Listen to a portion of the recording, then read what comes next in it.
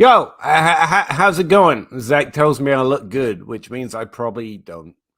I probably look a lot like how I feel, which isn't great.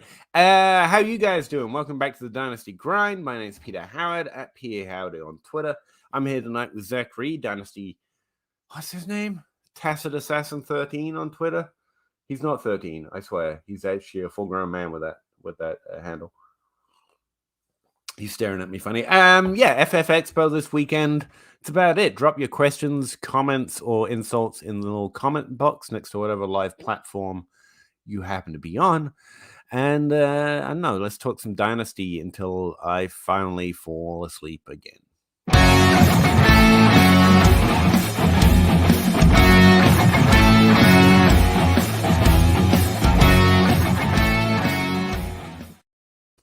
Zach, Russ hates me. He said, I got it. He said it. He was like, I'm not coming. And you were like, why'd you hate Peter? It's like, I just do. So, like, I got proof this time. Like, that's an actual quote. But yeah, Russ can't make it tonight, guys. Sorry for that.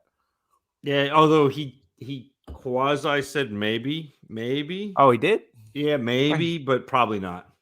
Well, he's got the link. If his wife stays asleep and he can get all the fantasy football stuff done that he needs to do and pack, because I'm gonna go pick him up to go to the fantasy football expo.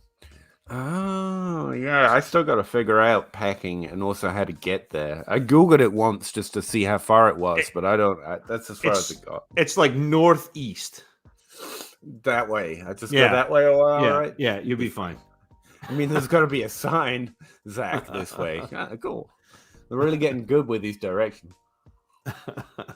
I feel like you're like a map quest, like print out the directions. I'm more like, the homing pigeon. I just drive and eventually I will probably get somewhere, Yeah, Kid Coop, what's up? Evening, gents. First off, what happened to the main last week? And thanks to Zach's recommendations, tried First Gelato Fiasco. That one? Yeah, Gelato Fiasco. That's the restaurant, the gelato place in Brunswick. Nice. Absolutely. Hey, I'm Kid Coop. I am glad that you got there. I'm glad that you enjoyed it. I may pick some up on the way out of town tomorrow. Who knows? All I want to do is turn on my overhead fan. You won't mind the whoop, whoop, whoop, whoop noise if I do, would you? Like, it's so humid here. And it rained most of the day, again. Second, I took your advice and got Pickens in 2 leagues. A lot of good training camp news. I got the recap just before the show. That's all I know. I don't even check RotoWorld anymore. For a start, that page doesn't seem as fun as it used to. It's not as easy. Since it switched ownership, in my opinion, and it just causes trouble. Like I can only read stuff that will change my mind in a bad way, so I don't even know what's going on. Pumped to have him. Just got offered 2 foot. Yeah, I would take 223 first for him. That's profiting from a micro market. Yes, absolutely. You're very happy about that, Coop. Bazaltzberg, thanks in advance. I think that's in. 12 teams will flex, half-point PPR, start 9, 4 points per touchdown. And Elijah Moore and a rookie 107 or Fields. I mean, is that 22 107? Is that still happening? It's got to be. God. Man, the value probably says Field. It does, but I think I want Elijah Moore. I do too, and that's really strange to me to say. But I've been listening to this show called the Dynasty Crossroads. I don't know if you've heard about it, and talking about how often we project what we want with these young quarterbacks, even though it's not necessarily their fault. It could be situation. Like Fields seems like that to me. Fields seems like they haven't done much to put a team around him. Darnell Mooney accepted, and maybe David Montgomery. It's going to be really difficult for Fields to ascend. I already know I've got something decent in Elijah Moore. I might try to flip the 107. Oh yeah, I'm trying to trade that pick, but that's that not. may be That's that not may it. be Pickens, that may be Bell, that may be Sky Moore. Like that may be somebody who's interesting. Unless you think Fields is really easy to flip, you got to read your league a little bit. A quarterback should be. You should be able to get like, Mac Jones and something for Fields. Then sure, but my instinct says Elijah. I want the Elijah Moore side, and I'm not a strong trader, so I just lean that way. And that is Salzburg. Like that's Peter. You hit that absolutely perfect. If your league is active and you can take Fields and then flip him for a quarterback plus something, then that's worth doing. Otherwise, I'd hang on to the Moore and the rookie 107 as much as I. No, I ran that value calculation and I've been looking through it, and it took me like way too long to figure out. I have no quarterbacks I like. That's why I'm so on them right now. Like, I've got all these negative evaluations based on my ranks that I read out in my podcasts this week, like Justin Fields. There's also Deshaun Watson, but I just skipped over that one. Yeah. Trevor Lawrence, Zach Wilson, even Joe Burrow, I have significantly ranked lower. Justin Herbert, because he's a QB2 and I'm not doing that. But in my positives, there isn't a quarterback in my top 11, and in my top 12, it's Patrick Mahomes because I have him above Justin Herbert. It's not until you get to like Jalen Hurts, and then I'm like 30% above the crowd. Like, I don't have a lot of must have this quarterback. I thought Mac and Tua would show up because I kind of like them, and they do, but not significantly above the crowd, if you know what I mean. I am curious, where do you have, and I could pull this up if I really wanted to, but it's more fun to put you on the spot. Where do you have Trey Lance in your dynasty rankings? That's a good question. I was thinking about that today. It's like I've been talking to you about, like, I'm fine with him inside the top 12, even top 10, because after that, I mean, quarterback is just a big shrug anyway for a while, and I understand the upside.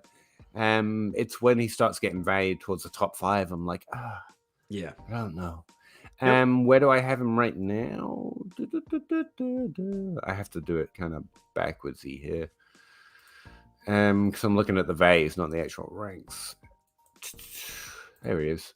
I have him too low. No, I have quarterback 13 right now, which is a little too low. I'd definitely take him above that. Yeah, that's fine. And I can understand that. Let's see, who have I got? Good question. Position rank. Allen, Mahomes, Herbert, Lamar, Kyler, Joe Burrow, Jalen Hurts, Dak Prescott, Russell Wilson. That's probably why, because I'm willing to take the older guys, I guess. Matthew Stafford, Aaron Rodgers. Oh, I got Tua above him. I was trying to get Tua as a value in my ranks, and I just, it gets a little crazy, you know. But I think Tua and Lance are close for me, so I did that. But, see, I think they're. I think the potential points for Lance is just so high with his rushing. Like that's the one thing that makes me like, if I'm getting him outside of those top 8 that you listed, like, I'm happy, or 9 if you want to throw Hurts in there, because he's proven and is very good. Like, I get it. Like I say, I think inside the top 12 is fine, but why do you think his ceiling is high because of his rushing? Surely it just makes his floor a little more certain.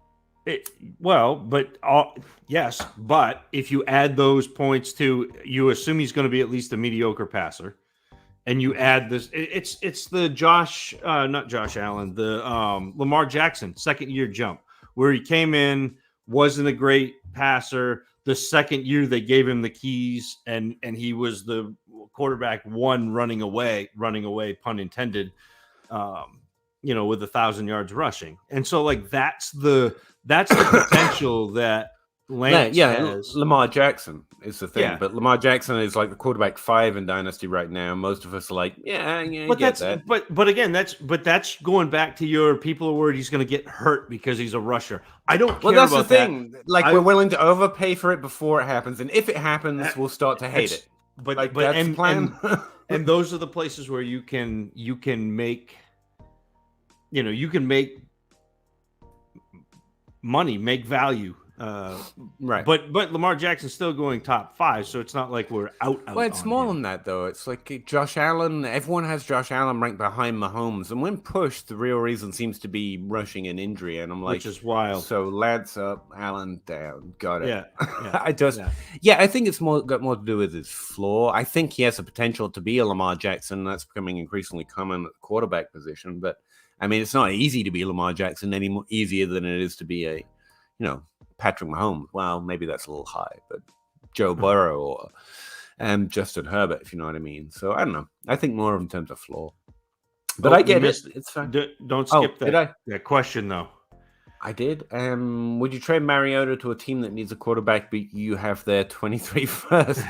Trade as Mariota, Damian Harris, Sammy Watkins, Rudolph. I would trade Mariota. I'd feel great to get some value out of one of those quarterbacks, to be honest. Unless he's my quarterback 3-2-3, and I'm really pushing for this year. No, he's just 4. He's got Hurts, Wentz, and Wilson. So he's got Mariota's his 4th starter. That's fine, but I don't want to trade it for this. For Nick Chubb? For Nick Chubb? Oh, yeah, I would. Sorry, I was looking at all these names. Like, this is... But, yeah, for Nick Chubb, sure. Yeah, I'd do that. Yep. Because there's no guarantee that Mariota would be good either. He's just a quarterback you could start in Superflex this year. Cool. But probably not next year because probably won't hold the job. It's really unusual those guys flare up and do... His quarterbacks are Mac Jones. Mac Jones, Pickett, and Dalton. Those are your quarterbacks. That's Mac Jones. Yeah. He's saying that the guy he's trading to. But I mean, really, if you add Mariota into that, it's not exactly the murderer's row. No, I wouldn't worry about it too much. Let him have his fun. He'll like you more and maybe trade with you more in the future. That's cool. My 14-team Superflex PPR. By the way, I've been going back through my values, and it strikes me. Some of them strike me. I'm making a video on one of them, but I was like, "That's crazy." That's anyway. And my 14-team Superflex PPR non-tight end premium will be Zach Wilson, Wentz, JT Chubb, Algier, Brian Robinson, G. Edwards? Who's G. Edwards? Gus. Gabriel Edwards? The Gus Bus. Gus Edwards. Jamar Chase, Elijah Moore, Jameson. London I got tired halfway through reading this roster. It's a young good receiver core. Yeah, I mean, like you're close to a contender. Yeah, I think so. You're not top 3. But I mean, it's 14-team, Peter. That's fair. I think a top 6 more than top 3 still, though. Like, you got one stud. Chubb is in that category, but in Dynasty, starting not to where he's not now. And then you've got a law, and then Chase. You gotta hope that your receivers. You gotta hope that one of these, either Elijah Moore, London, or Dotson, or 2 of them hit to be really solid. For me, if this is my roster, I'm looking at it and go, I got 2 really high valued players and Elijah Moore. That's cool. And then a lot of hope. And that's not the roster I want to overestimate myself on. Right. If you know what I mean. You're good. You're young. You got value. It's great. But don't assume you're walking into the final right now. Even in a 14-team league, man. Unless all your teammates are in the same situation. Alan Davis, good evening from the finally rainy north of Houston area. Thank you, Alan. Appreciate that. It has done nothing but rain in Kentucky for about a year. At least where I'm at, every day I hear, like, everyone around here's got a garden or crops to feed themselves, and most of them have died from rain, essentially. Oh, see, we need to. It's actually a problem. We need to work something out because I've had to water. I've had to water my garden twice a day. Yeah, exactly. We're having the opposite problem. I mean, half our little area is underwater, like literally, so I can't complain, and the rest of us are just rained out. I live on like a little peninsula, though. Like, it'd be hard for it. I get water in my basement, but it'd be hard for us to suffer flooding, technically, if you know what I mean. Tacit Assassin says, Coop, I couldn't wait for the show. Take those 2 firsts for Pickens. Okay. Yeah, I got excited. I was like, I saw that he was in the chat at like 7:30. I was like, I need to do this. We need to. Whoa. Some things are more important. Zach Harris, good evening. Dynasty Superflex 1 point PPR. Pickens or Doxson and a 23 random third. I still want Pickens by quite a sight. Yeah, like a third isn't enough. That'd be trading down 6 spots for me in the first round. I'm not doing that for a third. I know we've talked about this a little bit in the past couple of weeks, but like I am getting more interested in Dotson the way he's being utilized so far in camp out of the slot. But it still doesn't make me want to trade Pickens for him. See, for me, because of what I think of Dotson, he's someone who might see a value spike. He's not someone I can see myself wanting on my roster in 3 years or even 2 years. So, I generally avoid unless it's something great. But he's become a player that I just kind of shrug and go past to a player that in the back end of the first round in a 22 rookie draft I might take. Like that's the difference. That's the thing. He's in the shrug. He's okay. Maybe I'm underestimating him category. But if it's about what I think, so there's a trade on the block, then right now I don't think he's nearly interesting enough for me to target this way. And another guy, I heard a guy got 223 first for Pickens. So hold out, man. Hold out. First time in, but enjoy the hell out of the content. Thanks, man. Appreciate that, Joey. 12 team start 11 Superflex. Good team offering 323 first. That's probably it. For Kyler. Wait. For Kyler. Right. So he's saying that the bad team is offering So he's got a good team offering him 3 first for Kyler and a bad team offering him Javonte and a first. Got it. Superflex. I just gotta take the Kyler side. Yeah, I'd probably stick with Kyler too. I mean, like three first is like the theoretical asking price for Kyler, but if your team is, if you have any pieces, you want Kyler. I mean, I get it. Some people are down on Kyler right now. Everyone is up on Javonte right now. But I mean, it's not. I'm not going to galaxy brain. Well, that first is going to be worth that. So I'll just take Kyler on the first. No, Kyler, period. So I think he's got Kyler already. Joey's got Kyler. Yes. And then the two offers are, You know what I meant? Paul Cicero, what kind of PPR numbers do you think Robert Woods will put up? Marvin Jones-esque? I don't know. If he's healthy, he's a wide receiver 3 with wide receiver 2 upside. Yeah, I have projections out there, but I don't think I'll be plugging Woods in unless I'm in desperation. I like the average of 13.12 points per week. Eric is trying to like slide Robert Woods in a trade to Paul. I think that's what's going on. Is there any hope for Brian Edwards? I mean, there's always hope, man. Actually, I'm trying to get that out of my vocabulary. You can hope as much as you want, but it's got nothing to do with what I'll do in Dynasty. Right. Like, I don't hope at all. I think in terms of likely and range of outcomes. And then for my own fun, like, Rondell Moore should be a bust. But I still got hope. It's just having no effect about what I'll do in Dynasty. Right. And I will take some shots on players like that just because I don't know. And there's always 30% of breakouts that don't show any signal. And it's reality, not a numbers graph, So, but like, no, players don't break out this late into their career, especially when having done this little. Like, he was a bust after his rookie year, and I would have to see something drastic to think, oh, look, an unusual event, and he's done nothing to expect an unusual event. Right. I was just wrong. I think I was thinking about this earlier. There was another question I was reading through the thread on Twitter, and I was like, a lot of hay can be made just by recognizing you're wrong and then just being wrong. It's like, I was wrong about Brian Edwards. But if you just accept that, then you get to be right about him forever afterwards. And people, like, that's the important thing. Getting it right as soon as possible is the goal, Yeah.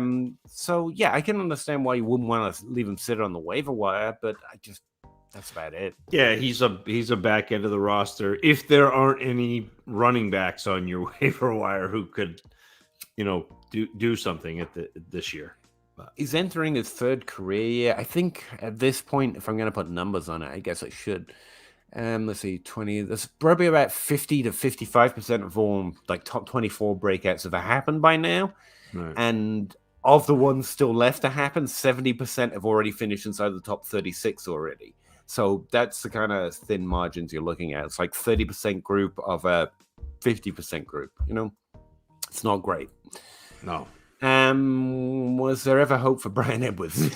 Fair point. Yeah, I actually kind of liked him. I did see. People were graphing. I shouldn't have done those graphs, by the way, because they're increasingly common. And if two lines are fairly close together, people think it means something. I'm like, no. Like, you actually have to look at the relationship of the numbers. And Brian Edwards couldn't have been more different than Traylon Burks, but someone was putting the dots next to each other, and because they weren't miles apart, it's like, no, that's the point. Most good college players operate within that range. You're looking for ones that distance themselves specifically in a certain way, at best. But yeah, I thought there was a lot of hope for Edwards, but not after his first season. Like, it was gone. Hi, everyone. Hi, Joe. Hey, Joe. Appreciate it. Cecil, I appreciate you letting us know you're here, Joe. That's cool. 12-team Superflex start 10. Carson Wentz on a 23 second or a 24 first. It's time to trade into 2024, isn't it? It's the quarterback in a Superflex. It's still Wentz. I mean, I know that it's not fun. It's not sexy at all, but it's still the quarterback in Superflex. I think Wentz is worth a little more than a first, and a 24 first is really about even with that 23 second right now. This is in terms of the way we think about value. This is like the Mariota thing to me. It leans Wentz in value because he's a super flex quarterback, but like, it's really hard to fish for that value of the just startable quarterbacks. Like, this is always my objection to John Bosch and John Hogue and even Dynasty Outhouse sometimes. Like, that's true, but there's only so many people in your league who are actually looking for just a startable quarterback. Right. And by the time you get to the end of the season, like, it's two people and they're not giving you what you want. So, like, I'll take the first over a second plus, unless you're really pushing and he's like, and if he's necessary to your roster, I don't think you're like a top 3 team in your league. So, yeah, I lean the first. I'll trade a second to a first, giving away a quarterback I probably won't be starting next year. But Zach is right. And the value probably leans Wentz. I just think it's hard to get a first for a quarterback like that. So, yeah. Sorry to split the vote there, but Joey Cheese X context. I have Mahomes, Herbert, Kyler, and Hurts. Right. So that was the trade with the 3 firsts or Javonte in a first. Yeah. I mean, to me, like, get the value. It doesn't matter what you have on your team. Although, if you're looking at the rest of your team and you're not competitive, trading Kyler and getting 3 firsts is a good way to get competitive if you still have Mahomes and Herbert. Just get the 3 firsts and draft 3 running backs who will be ranked over Javonte next year. It's fine. It is that time where we start to have to recognize, I think, if we're trying to be in advance, that like a lot of running backs are going to be ranked over a lot of the running backs we're drafting right now next year, because we're going to be all about 23 rookies. Yeah, I mean, there'll probably be 2 or 3 that end up in the top 12. Mm-hmm. Like that's going to be my guess. Is there going to be 2 or 3 running backs that end up in the top 12 running backs? I don't even know who's in the class. It just seems to be the way we're flowing right now. Running backs in a down spiral. We're projecting if this young running back does something, he'll be great. Just all feels like we're due for some new talent. Cecil, 12 teams for flex, 10 point start 10 PPR. Would you trade Tyler Boyd? Yeah, probably for a second. Yeah, probably. For Allen. Oh, yeah, for Allen Robinson. Yeah. Second and Boyd for Robinson. Yeah, I like that. Yeah. I was thinking about Amari Cooper today. He's drafted above, like, significantly, like 10 positional spots above Brandon Cooks and Allen Robinson right now. which seems backwards. Like, he seems more like those two. But everyone says that Cooks and Al Robinson are too low drafted, but they don't like Amari. But nobody Cooper. wants Like, to draft them. Yeah. If we were drafting him where we were drafting Amari Cooper, we wouldn't like them. I'm like, yeah, people just they want to say something there. It doesn't matter if they're wrong. But if they're right, they sound like they make a strong stance. If you know what I mean? I'm like, if you like Robinson and Cooks, you should be fine with Amari Cooper's ADP at least. It made me wonder if maybe Amari Cooper is easy to trade for in a similar situation, probably just as likely to be still as good as he's ever been. But that's kind of big braining it. It was interesting. Team A, Etienne and the 110. We need Team B. What's Team B? Yeah. Oh, there it is. Team A, Etienne, the 110, or Team B, Elijah Moore and a rookie 107. Oh, Team A, Etienne. Which side? So. Team A, Team B, I guess. Etienne, the 110. Oh, he's saying that he's Team A?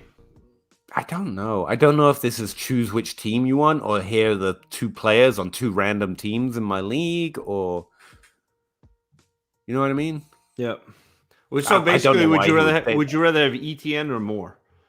Is the question.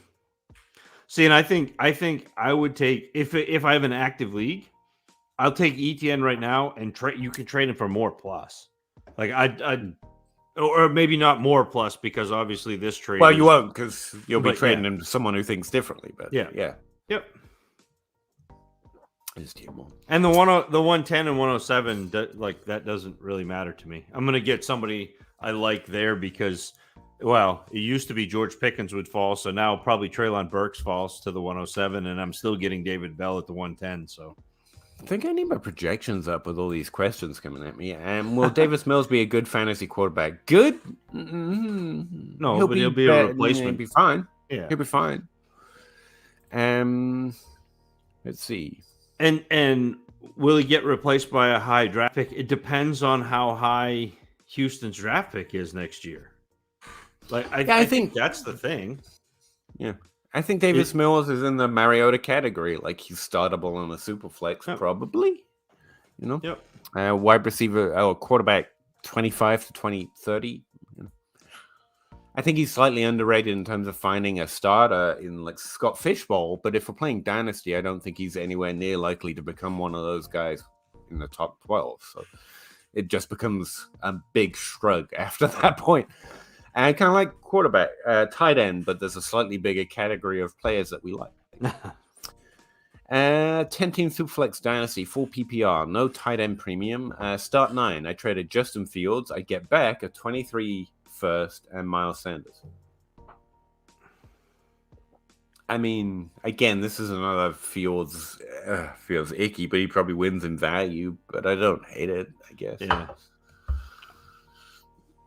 And Peter, I think you're right. This is kind of a shrug trade. Like, it's pretty even to me. And if you're sitting there saying I'm thinking of holding Fields, I don't think that's a bad decision. The one thing I will say, the one caveat on Fields is if he's not good again this year, his value is going to go way down. I mean, think about it was 4 years ago. Carson Wentz came in and was the dynasty quarterback one. Excuse me. Right, Carson Wentz came in was the QB one in all of dynasty because he had a good rookie year, and now I'll have to scroll down to find where he is in Superflex. He is the quarterback. Still scrolling. 28. So. Again, Justin Fields right now has value, but if he has another down year, that rope gets shorter in terms of the dynasty community being in on him. So that would be my hesitation in keeping Fields. You know, the 23 first is going to go up in value. Trade Miles Sanders as soon as you get him if you do take this deal. It feels to me someone's trying to take advantage of you with the 23 first. Like, here's a shiny thing where you take it for something good. And honestly, you should get more than that for Fields. That's what I'd say. Like, Miles Sanders isn't an interesting chaser. He's Right. a top 24 running back. It's fine. Right. That's a little undervalued by the market, which means we're also throwing you a player with less value than he should have. So Yep. it feels like, no, counter for 2 firsts. Then I'm interested, man. Don't try and cheat me out of value here. Like, give me something actually interesting, or you know. But that's me. Bazaltzberg, you were correct. We went over this. Come on now. James Flatley, my other quarterbacks are Josh Allen. Is this like the bumper sticker? My other car is a Humvee or something. My other quarterback is Josh Allen. Josh Allen, Goff, Daniel Jones. He's saying trading Fields. He's got Allen and Goff. Yeah. But again, it matters what you have on your team, but it doesn't matter on what you have on your team in terms of the value you're getting. It allows you the ability to trade him, but you still want to get value for Justin Fields. You're not getting the right value, and you're getting a 23 first, which is interesting, but not nearly interesting enough by itself. It's like it's just not. There's nothing there. Like, I would counter because it's a good start, but it's not a trade I would snap accept or anything. Is Jonnu Smith worth a stash? I mean, yeah, sure. I mean, he's one of the quarterbacks who can become one of those. I think the Patriots. Startable. The Patriots are going to be not great again. They're not going to be very good. Their offense is not going to be very good. They're fine. I mean, whatever. He's an athletic tight end who's Hunter Henry is the guy you want of the two. Again, like we had this debate last offseason, and it was probably Hunter Henry, and then it was Hunter Henry, and now it's still Hunter Henry. Like, I don't know if you've got Jonnu Smith or you're deciding between the two, but Jonnu Smith at this point is trying to be wrong after you already know the answer. In my opinion, I mean, weird shit happens, and Jonnu Smith is an athletic, originally a good prospect, but like this. That's where we're at. It's Henry now. It's not maybe. It is Henry, unless something unusual happens. So I'd need value to even consider it. 12-team tight end premium Superflex start 10. Pitts and David Bell, or Lawrence and Etienne. Pitts and David Bell. See, and it's probably the value is on the other side of that, Peter. Yeah. It's point season. I'm willing to throw away a little value at this point. And I think this time next off season, I think the value is Pitts and David Bell. Like, that's where I go that way. Yeah, I think if you're talking about starting a roster, Lawrence and Etienne is a lot better. But I would rather have Pitts and David Bell on my team. I would rather have the trade chips of Lawrence and Etienne. How about that? Like that? Yeah, like, I think I could get more for Lawrence and Etienne, even if I split them up, than I could for Pitts and David Bell. That's true. But if I'm building my team, I operate the way I operate. Order 66 Jedi reference, right? And I want Pitts and David Bell on my team, and I'm not interested in Lawrence and Etienne on my team. You are not getting enough value. If you're offering this trade, I would throw a pick on the end of it to make it even and fair for yourself. But if I'm getting offered this, I'm strongly tempted to take it. This is a get your guys moment for me. Those are two players I would add, and I would give up value for it. But if you're asking me what a trade calculator would say, if in a year it goes wrong, you probably should have taken Lawrence and Etienne. That's what ADP, that's what a trade calculator would tell you. Yeah. I'm about adding the players I think everyone else is wrong on, and so I'd go the other way. But Zach's right. You should probably take the Lawrence Etienne side. It just won't. Like, if was similar value play, if this was Mark Andrews and Jahan Dotson, I'd be like, no, easy Lawrence and Etienne. I think Bell and Pitts, well, Pitts not so much, but I think Bell's mismanaged, misvalued by the market.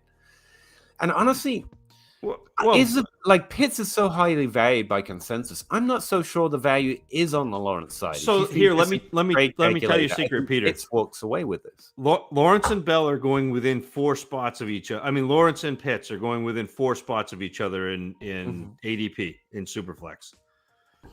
Okay, and That's Bell just because and Lawrence is too high, though. To be fair. well, but that doesn't. So, but it doesn't matter what you think or what I think. It matters what people in their Yeah. league, in Order 66's league, thinks. When we're talking about value, yeah. And Etienne and Bell, like, there's no question. Etienne is the running back 13 right now, and yes, we've been beating this drum of Lawrence and Etienne are more highly valued by the community than we value them. But that doesn't mean that the community doesn't value them highly. Like, just because we're sitting there going, we think we can outsmart the community. No, but at some point, I like, especially if it's the players that I like, I'm not waiting a year from now, finding out I'm right and going, well, it was okay. I didn't go with what I said, what I thought. If I take value is wrong. If I take David Bell out of it and I say it's Lawrence and Etienne for Pitts and the 205 in this class. Isn't that what I just did, though? I said if this is Mark Andrews and Jahan Dotson, I would say no. Yeah. So what I would want to do is I want to add to that side, but if I can't, then I'm going to go with what I think. Or just go, like, ultimately. Yeah, or go get David Bell with something else that's not giving up. Yeah. Like, I think you're giving up way too much value to get David Bell to make a my guy stand. Because exactly. you don't have to do that, because people aren't as excited about David Bell as we are, and you're not going to get the camp hype because he went on pop or whatever for a little bit. So yeah, that's what I meant about the context. Like, if you're thinking about offering this trade, I would put a pick on your side, and if you're being offered this, I would counter. Brandon Cooks and Miles Sanders or one late 23 first and late 23 seconds. Yeah, this is where not projecting late and early helps, but it doesn't matter too much. I would take the value. I would take the picks on this. Yeah, and it matters a little bit whether you're competitive this year. If Cooks is going to get you over the hump, but yes, take the picks. Take the first, take the 2/3. It's fine. Yeah. 12 team 1 QB 0.5 PPR. It doesn't matter to me too much. Yeah. I mean, it moves the first down a little bit, but not whatever. Have you ever moneyballed a team by using aggregate gain in your average weekly nerd? Freaking nerd. Weekly score by trading a stud for two not as high scoring players like Cup for Bateman and Higgins. I mean, no, I can't say I've ever ran my team that way. It works better in a bigger, like a more team league. So if you're in a 10-team league doing that, you're not going to gain as much, and it also works better if you're in a start more. I think you're basically describing the way you build. Like, if you don't have much, you constantly try to add, so you'll break stuff up. But if you're going the other direction, you almost are trying to do the opposite thing. If you're trying to win, you're like, let's consolidate for those studs. And the smaller the league, the more you're trying to do that. Like Zach said, between a 10 versus a 12-man league, 12 roster league. Godwin or McLaurin? I want Dynasty. Godwin. I want Godwin. I know you've talked ill about Godwin all this whole week on the pod, but I still want Godwin over McLaurin. I don't get it. I don't. I just take McLaurin. I think they have similar ranges of outcomes when healthy, and I think McLaurin's healthy, so I get an extra 6 games too. Like, I just take McLaurin. Yes, Godwin's finished inside the top 12. He was doing pretty well last year as well. I don't think he's that level. I keep hearing you say, like, he's efficiency driven and not target driven, but he's had 2 seasons where, like, his 2 healthy seasons, he was over 120 targets. Yeah, that's raw count, and that's the thing. It's just it was a high passing team. That's how he got there. Well, I mean, which is heavily situation dependent. If he's not driving enough volume from the offense, then he's entirely dependent on the offense for getting 120 targets. Like, where you drop DeAndre Hopkins in a different offense, he's still getting over 120 targets. It's like he just sucks up a higher percentage. So what? So if you, I don't know why I'm doing this. If you went and looked at, so do you have? And you probably don't have this pulled up, but if I give you a little bit of time, like I'm being professional and letting you pull up Chris Godwin, could you give me like what his? I I don't know what it is, yards per team pass attempt, or like his target share or whatever it is in that offense. Yeah. Just from 2019, 2020, and 2021 in the games he played. Like, can you do that? Because like he's missed games. So like he's played 14, 12, and 14 the last 3 years, but he's had 121 targets and 127 targets in the two years that he played 14 games, which is like he's driving a big volume in the games that he plays. It just like I would hate to miss out on Godwin. Right. I don't think you're missing out at this point. He's like in the 30s overall. And that's the other thing, Mr. Like value hawk there. Like this is just a value thing at a certain point. Let's see. Well, but it's a 1-for-1, so it's not like it's a value thing, but like I want the better player, and I think the better player is Godwin. Unless the better player is Pitts and Etienne, Pitts and David Bell, apparently. I'm trying to see. I've got target share per game. I'm not sure which one's importing over here. No, that's raw target share. Well, this sucks. That's all right. I mean, it doesn't really matter that much. I was just curious because, like, it seems like to me that when he's playing and healthy, he sees a ton of targets, and especially on a team where like they're going to throw a ton again. Yeah, target share per game. 2 years ago, so the last 3 years, he's had 21.6 target share per game, then 17.9, then 19.8. Like last year was his lowest, and that's again adjusted for the number of games he played. Again, he just seems like a really good wide receiver too, that on an offense that has been big. I don't think he's causing that bigness, if you know what I mean. He seems to have a lower role than most people expect. Let's see. He's good on it. I mean, he's never not been good. Again, he's a good player. He's never had less than like 1.8 yards per route run is a metric people love.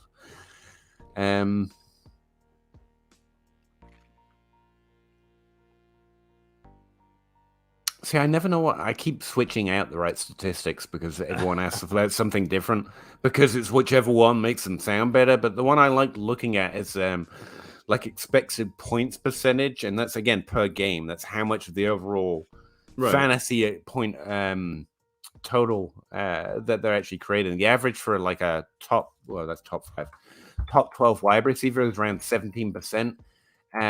Chris Godwin's never been there. He's had a 15% target share 2 years, 15% expected point share 2 years ago, and last year. And in the middle, you've got that year where he only plays however many 12 games. So I get it. Yeah. But again, that's more of like that's just not the role of a top 12 wide receiver. That's a really good second wide receiver who's on a very productive offense. That's what I see with Chris Godwin. I mean, he's incredibly good, but I mean, you take Tom Brady out and give him Jameson Williams or one of those replacement quarterbacks. I mean, that's who he had. I mean, like that's literally what he had. He had Jameis Winston 2 years or 3 years ago. Like that's what he did. Yeah. With an extreme amount of efficiency again, like. But he's being efficient with an inefficient quarterback. Like to me, I'm not saying he's not good, but again, if you want volume, it's not Godwin. You've got efficiency with volume 2 years ago. That's what you're saying, and that's all I'm saying. Like he was efficient when we liked him, so it's not the volume; it's the efficiency. I don't know. Like I don't even watch the guy play, Zach. What do I know? But I can tell you that was efficiency, not volume. Because he was efficient on those whatever it was, 120 targets. Did you say? Yeah. But even last year, he was a top 10. Yeah, like top 14. But I'm doing all 17. So okay, top 6 in points per game. Oh yeah, you do all like the okay. Flex rank 23. That's impressive for a wide receiver. Again, he's an impressive guy. I want Godwin, Sean. Peter wants McLaurin, which means you have to go for gelato. Pay with cash, get the coin, flip it. There you go.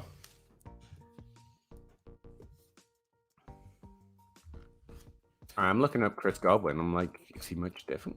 Terry McLaurin. I mean, he's had about the same expected points share as Chris Godwin in his best year, but he's had it all 3 years. It's like a good player on a bad team and a good player on a good team. And one has co-opted a larger target share or a larger share of the offense, should I say. You got to read the situation, but I think they're fairly. I still want Godwin. SU, I want James Robinson over Zamir White too. Oh yeah. This is one we can agree on. Yeah, it's fine. It's a bit of who cares, but James Robinson, kind of a value right now. Yeah. I'm pretty sure I heard that he was at practice. Yeah, I know. That's wild. I will effort that. I will look that up, but all right. I'm pretty sure I heard White, I hear his name more than I should for a okay prospect. It feels like people are grasping at straws when you get to Zamir White. Whereas Robinson, at least we've seen he can do that. He's fine. James Robinson was at practice taking first team reps. Welcome back, buddy. If you want a good Italian restaurant while you're in town, Luigi's, in Akron, 25 minutes from Canton is awesome. Only takes cash though. Hopefully, we'll be at the expo, but I'm recovering from COVID. Well, I hope you recover soon, Randy. I'm not driving extra. I'll crash. Yeah. I can just feel it. Someone's gonna crash into me. It's gonna be walk across the street from my hotel and go to Samantha's downtown. I'm a guy who would not leave my house if I didn't have to earn money. But I appreciate it, man. And I do like food. So yeah. Eric, assuming you're in a fantasy leagues together, which of you both finish higher? Oh, probably Zach. We'll leave that to the imagination. I don't need to talk smack. we won't divulge that. No, it's probably Zach. The only league we're in together, I think, is that no-name league where I've sucked it up the last 2 years. So, right? Yeah, I think that's the only league we're in. It's too bad. It's the only one quarterback league I have left as well. Might be it. I don't know if that's relevant, but yeah. I do have T. Higgins, and trying to build in that league and find someone to value T. Higgins has been difficult. Sorry, AJ Brown or Elijah Moore? AJ Dillon or Elijah Moore? Oh, that's awkward. It's Elijah Moore, but it is Elijah Moore. Man, there's a crazy world that we could be living in next year where AJ Dillon is worth a ton. Yeah, that's the thing. That's why it's weird. It's like I could understand this trade if we're in 6 months and he's just about to get the job. Yeah. There's that weird part of a player's value where I'm higher on AJ Dillon than most, and I'm so high on Elijah Moore that I'm low on him because did you hear that part of my podcast? Ryan McDowell has Elijah Moore wide receiver 14. You just can't get high on him at that point. Yeah, it's impossible. So it's weird. And then you got the positional value of the potential of AJ Dillon. So. I know I'm trying to get AJ Dillon, but I'm trying not to give up someone like Elijah Moore to do it. Sorry, Phil. Yeah. If I could get it, my default answer is Gabe Davis. Tempt him. Half point PPR as well. Yeah, I could understand why that's probably. You just start quote tweeting PFF at whoever it is, all the Gabe Davis love, and then you might get there with Davis for more. Or Dillon. You want Dillon, but this is unfair in value. That's how you go about it. You should say, all right, give me a second with Dillon and a second. First with Dillon, and then it's a fair trade. Because right now they're not giving you enough. And you want the Dillon side, I guess, probably as we approach the season, the Dillon side is the one you want. But you can't give it up for that value. Sean, when do you get a QB3? Interesting question. Do you like grabbing Carr Cousins before you fill out some of your roster, or draft them, or try to trade for them? I tend to way overvalue the second round of quarterbacks. So I have 7 quarterbacks ranked as in the top tier. That's not actually my tier, but I take quarterback 7 before most people will take their quarterback 5. And then there's a big gap, and then I go hard in for the second tier. So I tend to take 2 quarterbacks back to back around, what would that be? Around What round is it that those quarterbacks start to go off the board? Come on, Pete. Yeah, it's round 8, 7, 8. That's when the second round of quarterback starts to go, and I tend to grab 2 right there. That's where my 3 quarterbacks come from. If I don't get one of those first 7 quarterbacks, I might end up grabbing my 1 or 2 round 7 and 8, and then I'll grab a couple extra down low, like there might be a Mills or a Mariota swirling the drain towards the bottom, as a general rule. I find this very presumptuous, Sean, that you think I am going to draft 2 quarterbacks, and that I will have a third, because like I am notorious for not caring about quarterbacks in Superflex, even though you probably should. I find that if I get a good solid like top 5 quarterback, then I don't worry too much about my second or third quarterback, because I can always fill in with either somebody who's playing like what Peter said, the Mariota, Mason Rudolph, that whatever, or I can flex an actual player, like a position player, in that Superflex spot and get, if you have a bad QB2, and not saying that Cousins and Carr are, because Cousins and Carr are legit quarterback 2s, I think. Yeah, that's a high value quarterback. But depending on my league, like if quarterbacks are coming off the board early, I'll take one early. Get one of those top 5, or actually, I guess they're probably like 8. We decided that we really like down to like Cousins of Carr is like a round 3 startup. Yeah, by the way, but it's pretty high. But if quarterbacks are coming off the board quickly in my league, I'm going to get one of those top 8, and then I'm just going to hammer position players and use, if I'm in a bunch of leagues where Dynasty Outhouse, where Russ commissions, and his premium on tight ends is 1.75. And so what I'll end up doing is getting 2 of Pitts, Kittle, Andrews, Kelsey, Waller. So I'll have 2 of those 5, and one of those will be my backup quarterback, but I got them in like round 5. And so what, that they'll be my super flex, but I'm flexing a tight end because they're going to score what more than a bad quarterback will, and it'd be more consistent. Yeah, I take quarterback very similar to what Zach's describing. I just go the other way about it. I'm going to try and grab lower value quarterbacks because they're never quarterbacks are never cheaper than a startup, and then I'm going to try and find the guy in my league who thinks that's valuable. What I keep trying to convince John Hogue is, if your team is dependent on, Jared Goff is too low. That's a typical guy I'll pick up in the 7th or 9th, or Matt Ryan is too low. Ryan Tannehill. Like, if you need that to win, then you're not winning. Right. But they're fine quarterbacks to start if you're winning somewhere else. Yep. So yeah, I try and grab a little extra of those so I can trade it to the other guys who don't realize that. Honestly, it's been fairly useful. Again, it's trading Mariota for something that actually might have more use. And he might not be starting next year, for example. David Mills, that kind of thing. Joel A, or trying to find the next David Mills, actually. 12 teams will flex Devontae Adams for Josh Jacobs and a 23 first. I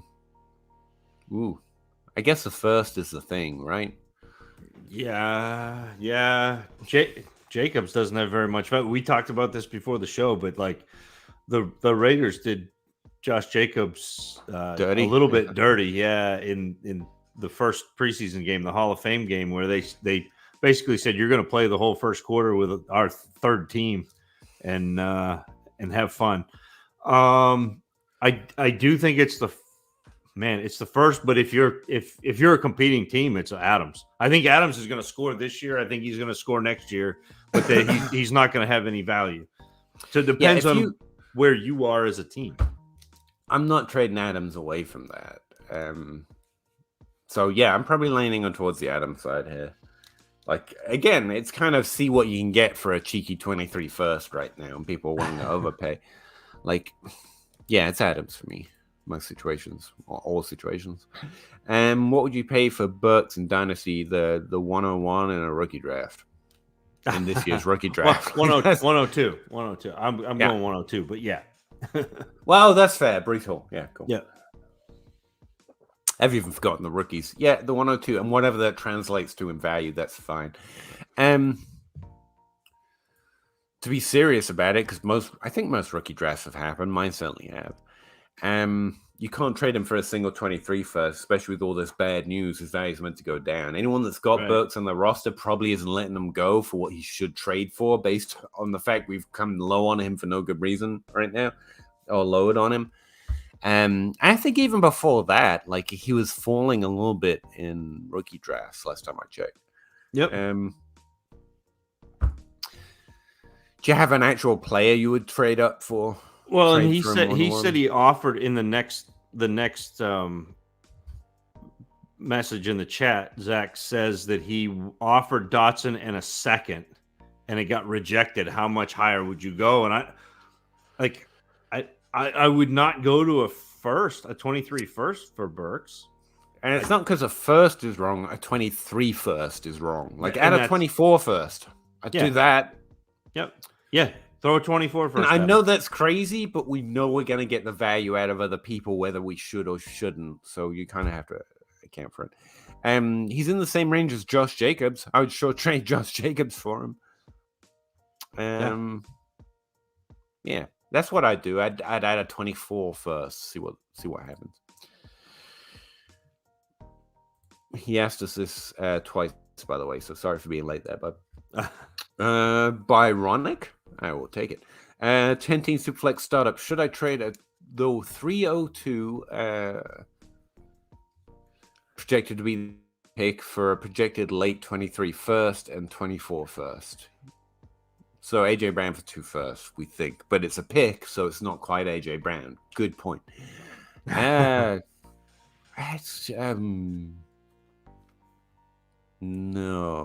that seems too low.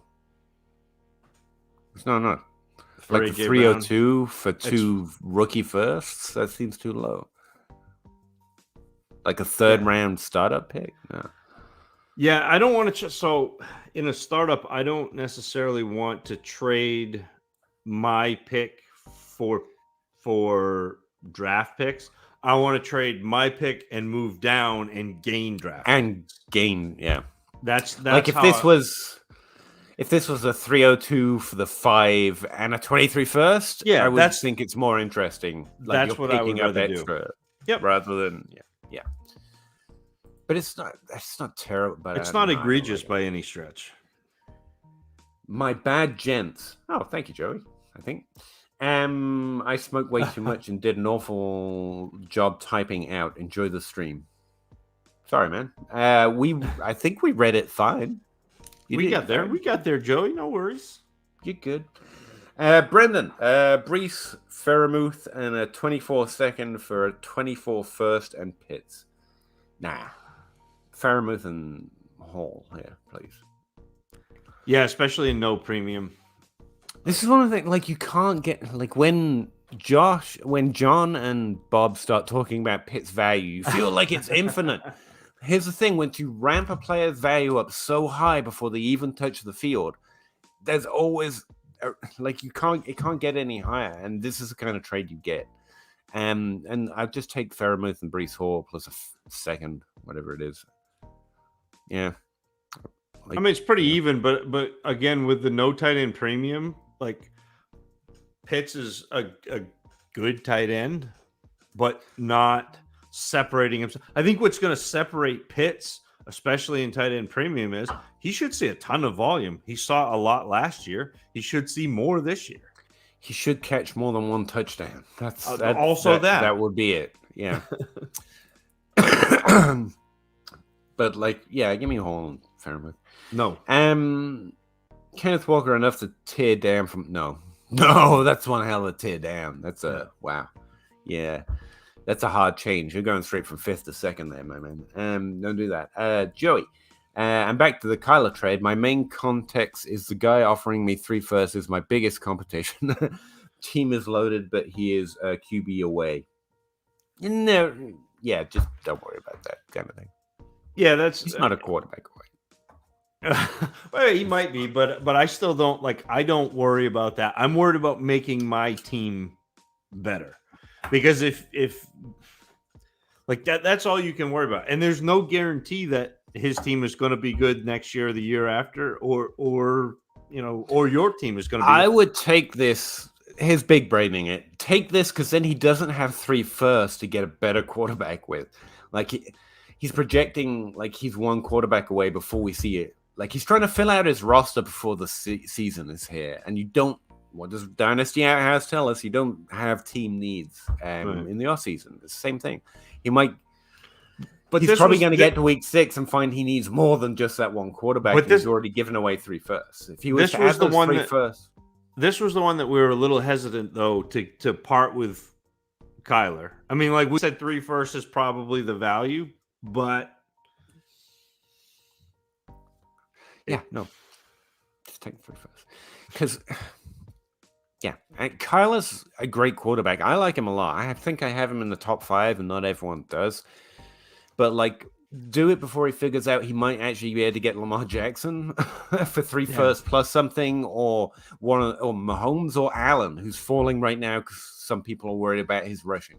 Like those would be bigger problems for you, and 3 firsts is the kind of value you need to get it done. So give him Kyle if you want a big brain a little bit.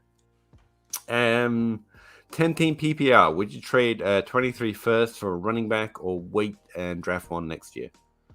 I mean, it depends on the running back. It's the honest answer. Yeah, I mean, if I'm trading a 23 first, wow, what running backs are you looking for, Peter? I liked your term last time. Is you need hellacious value. So yeah that's. I'm like you need to be getting back somebody like Harris, but you're not going to get that. Like, you're not going to get that done, Harris or Williams.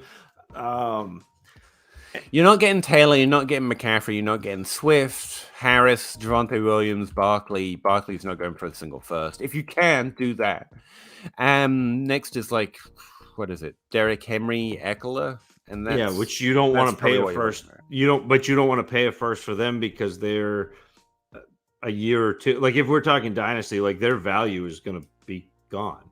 Exactly. So, you don't trade first in dynasty that way around. Would you do it for Breece Hall? Similar range. That's the only one that seemed like a good both side of the trade win. I am going to stick to my guns and say I'd rather have the first. But that's been kind of my line of demarcation is where I see Breece Hall. That's where I put the firsts.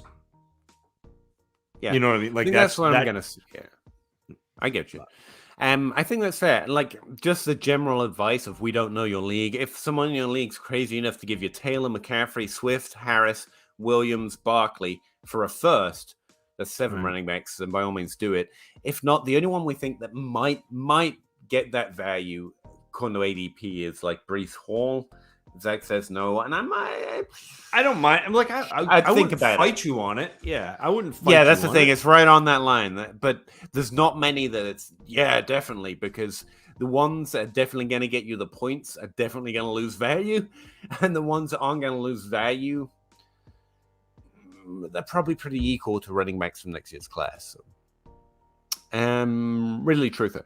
Yo, guys, haven't caught you live in a minute. What's the with the season coming? Who's one running back you see making top 12 jump or breaking out? Oh, nice. And one you see falling by the end of the season. Yeah, if I just call that who's going to break out and who's going to not, it's a little easier. Who's going to finish? The easiest breakout would be Etienne.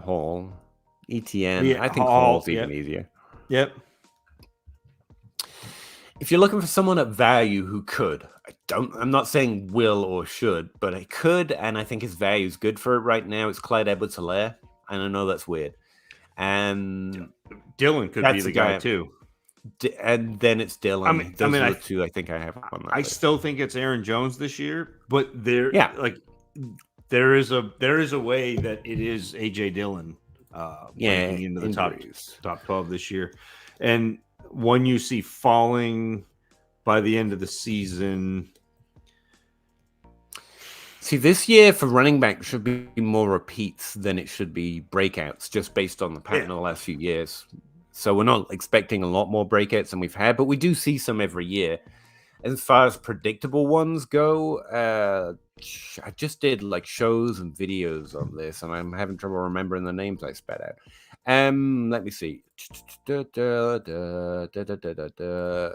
this is in my projection sheet. So where are those breakouts? Running backs. Most likely running back breakouts right now. And off the top of my head, I'm thinking Clyde Edwards-Helaire.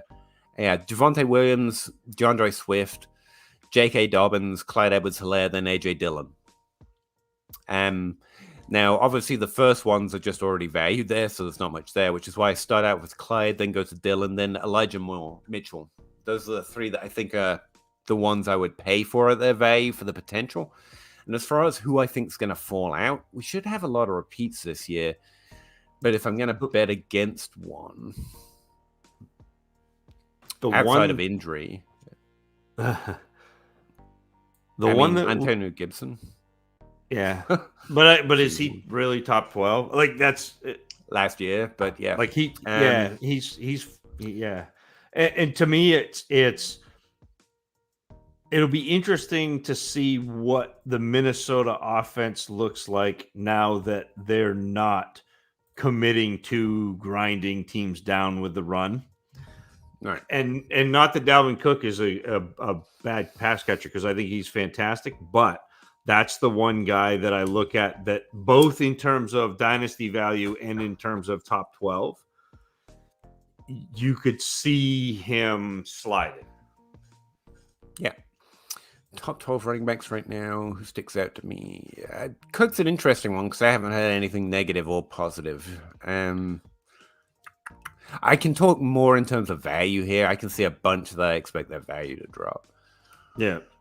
Henry Eckler, all of anybody you see that has a 26, 27, or 28 in the age column, the value is probably dropping. Eckler's in there too, but he's undermentioned in that category. Yep.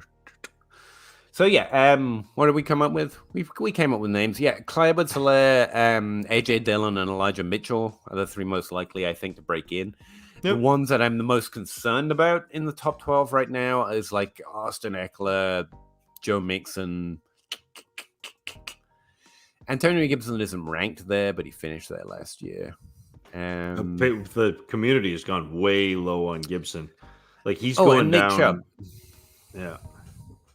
Just because of the value. Did you say Mixon's value is coming down? All I hear is positive stuff. No. Gibson's value is Gibson. Way down. Oh, right. Yeah. They catch up eventually, don't they? I mean, like he and James Conner are going in the same area. Yeah, that's what I'm saying. Like his value's gone way down. Sean, and a startup, Lamar, Dak, Lamb, AJ Brown, Waddle, Godwin, Henry, Kamara. Thoughts? I hate this question. Like, nice, good work. Yeah, that's I like those players. Kamara is actually one of the more interesting values for me at running back. Just throw if that. If it's a super flex, you may want a second quarterback at some point, unless you're me, and then Derrick Henry is your QB2. You've got Jalen Waddle. Yeah, we're good here. Hey, Joe. Yes, Stevens saw that. Back. That's fair.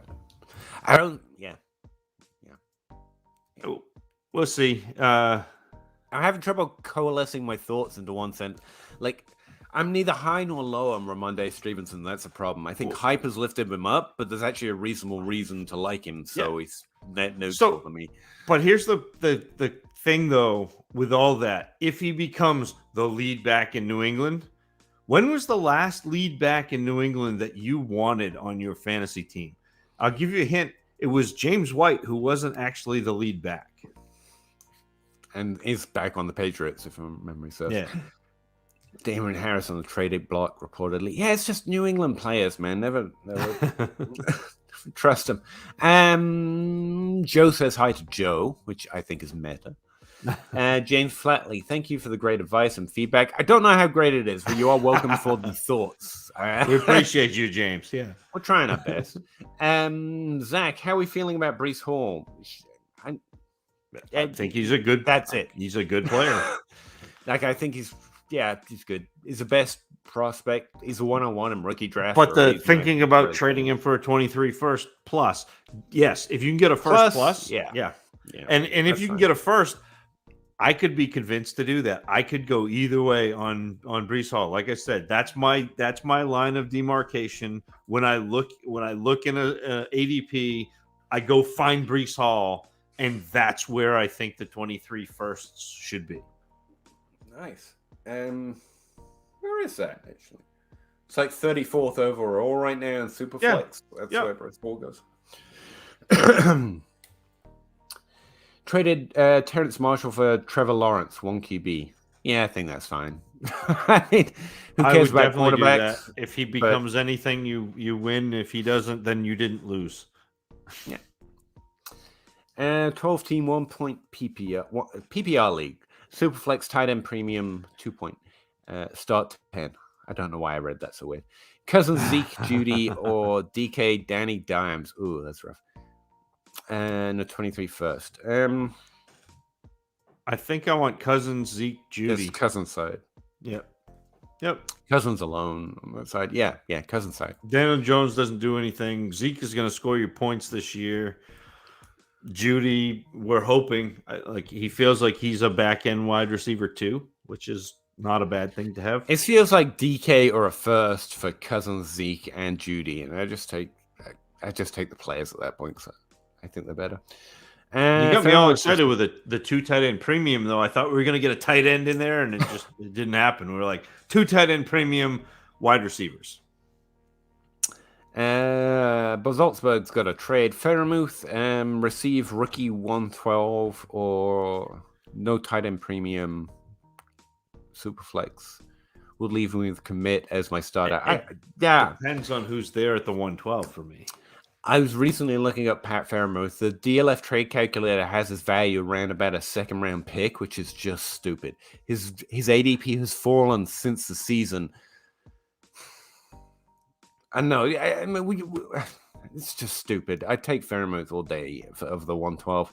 Like at the 112, I'm starting to think maybe Trey McBride, and I would kill if Trey McBride could have a season like Pat Faramuth has already had. Like I would kill to see that. Not literally. Well, what about if David Bell's there, Peter? David Bell or Fryermuth? That's the thing. The pick has more value. But again, that's valuing Faramuth as a second. I'm going to take Faramuth, and I'll try and trade something else for that second. Yeah. Faramuth should be worth more than he is. The value's wrong on this one. I don't care if I have to pay out a value. I don't. It's my team. I think it's closer than I'm making it seem, but I still probably take the 112. Faramuth's value is wrong. That's what's wrong. That's why this trade is hard to answer. It's the only reason. No, because tight ends don't actually matter unless you have one of the top 4. Mm-hmm. And I will, Peter. We can bet a nice glass of ice water at a restaurant this weekend or next year at the Expo. I will bet that Fryermuth does not have the touchdowns that he did this year. Sure. I think there is touchdown regression there, which leads me to certainly is that he's not going to be as exciting as people think. Sure. He shouldn't get touchdowns at the same rate, but he could get more touchdowns. He got 79 targets on offense with Deontay Johnson and Juju Smith-Schuster and Chase Claypool. And Ben Roethlisberger running the offense. Pittsburgh may not score 7 touchdowns this year. As a rookie tight end, it's crazy. I think you're all insane. Kyle Pitts is the best dynasty asset ever, but this other tight end who had the second best rookie tight end ever, he sucks because he had high level of touchdown. Being efficient is bad because it should regress, but being efficient as a rookie suggests you're due more volume, not you should have the same volume and just regression. Like you should get more targets this year, no matter who's running the offense. and they lost Juju. So vacated targets. Ha ha ha. That's why. Not really. The Rodfather. Nice. Dynasty PPR Superflex tight end premium. Giving AJ Dillon and a. I'm guessing that's a 2024. 2094. That's a heck of a league. Are we paying the league dues for every year in between now? So we got like 900 times 50. That's what we're at. No, this is a for real dynasty league. It's 24 first. Dylan and a first for DJ Moore and a third in 24. I'll take Dylan on the first. Yep. I like it. Like we've talked about, I think Dylan is one of the running backs that is poised to, whether you like it or not, have a pretty good bump in value either this year or next year. DJ Moore is just sexy Terry McLaurin at this point. Plays an entirely different game, but the range of outcomes is fairly similar. Terry McLaurin's a little older, but DJ Moore's been doing it longer. It's just sexy Terry McLaurin. I want to get that on a t-shirt. He's just sexy Terry McLaurin. My current running back wide receiver is Justin Jefferson. It doesn't matter, but I like your roster if it helps. Yes. Anytime you see Justin Jefferson, we're giving you a thumbs up. Yeah, Marlon Max. Just there, but whatever. Along with AJ Dillon. Yeah. Superflex tight end premium. Kevin Ridley or Robert Woods? A pass. I'd take Ridley. I guess, yeah. I'll just take Ridley. I guess it's the tight end premium that pushed me over the edge toward Ridley. He's the only one who might see an increase in value ever at this point. Yeah. Yeah. Plus, also he's younger. Dynasty. I'm just cheering for Calvin Ridley, who got like railroaded for spending $1,400 in bets. Like I want to see him come back and just like burn down the NFL by being great. So I'm gonna take that as opposed to the husk of Robert Woods. Yeah, Shred sucks, but I guess. Mitch Trubisky or Jacoby Myers, Superflex. Myers, why not? Gross. Why not? Which players are you picking up late in the second round of your rookie drafts? Late in the second round. That's a better question. Because I take David Bell and Trey McBride really early in the second round. Just throwing that out there. Yep. I'm trying to think how best to look at my ranks. You can look at my rookie ranks anytime on the thing I've got pinned to my timeline, by the way. Static won't have it. I'm going to have to open up my other big database just to look this up. I hope you all appreciate that. So for me, while Peter pulls up his database in I can't remember any of the rookies. So in the late second round, I'm starting to look at some of those running backs. If for some reason Isaiah Spiller has fallen because people have decided he is not any good, Dameon Pierce, Brian Robinson, Zamir White, also Wan'Dale Robinson and Tyquan Thornton. And then if it's Superflex, all of those quarterbacks are right in that area. So like Malik Willis, Ritter, Matt Corral, that area. So well, I don't know what the ADP is anymore. Romeo Dubs, but he may not be falling to the late second anymore. I think he is. Last time I looked, he was in the third. That's how outdated I am. I'm rookies right now. But in the second round, the players I'm targeting is David Bell. Enough, I'll take him in the late first. Then it's Trey McBride, Rashad White, Spiller, but they're normally gone by mid-second round last time I looked. Yep. So the players that come after that, who I just wanted to make sure, just in case they're there, I want you to know I like them better. But it's Wan'Dale Robinson. That's it. That's a guy that's interesting. And then I'm starting to take shots at Justin Ross, Piet Strong, Jalen Thomas, and Brian Robinson. But I'm not really that excited about any of them. So why do you hate Tyquan Thornton, Peter? I don't know. Something about the way he punched me in the face that one. I don't know. I mean, like Tyquan Thornton's fine. We've had this, but like he was if you subscribe to Draft Capital, he was a second round pick He's on an offense that is in flux. They're going to be looking to get younger, to rebuild, to revamp. They've got rid of their offensive coordinator. He's had camp buzz. Like, I'm taking him in the late second, early third, because whatever. Like, if you miss on that, you're supposed to miss on that. When you're only hitting on second round picks at like a 15% rate anyway. Late second, you can take Dubs, you can take Tyquan Thornton, that's fine. But the guy I want in that range is Wan'Dale Robinson because I think he was good in college. Yeah. But you can take anyone after that. I don't have a strong against take on anyone as long as those players are already off the board. Why don't I like Tyquan Thornton? I mean, dragging me back to my rookie things. Come on, man. I can't even find it. He just doesn't show up well on any of the things I look at. Where is he?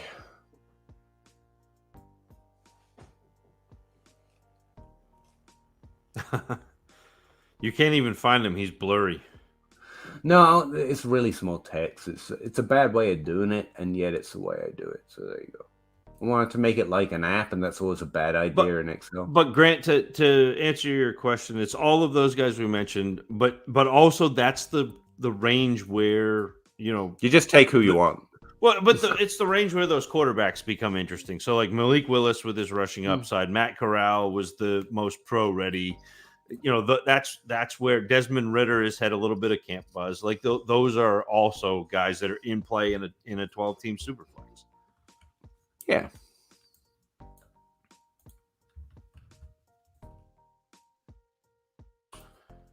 Damn your eyes. All right, hang on. I don't know. He sucked. There you go. There's my answer.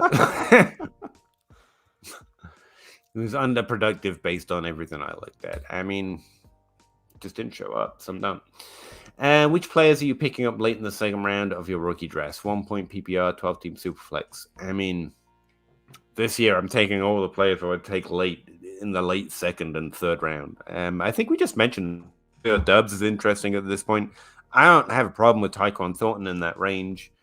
Brian Robinson, we already mentioned. Like after Wan'Dale, I've just got a plethora of I don't think so, but they showed up one way or the other. Sorry, it's been so long since I looked at rookies. I literally have to look it up. Justin Ross. Yeah, but he's IR this year, so like you're gonna be able to get him for nothing. Yeah. Well, that is late round though, right? Yeah. Well, that's later than late second. But yes. Right.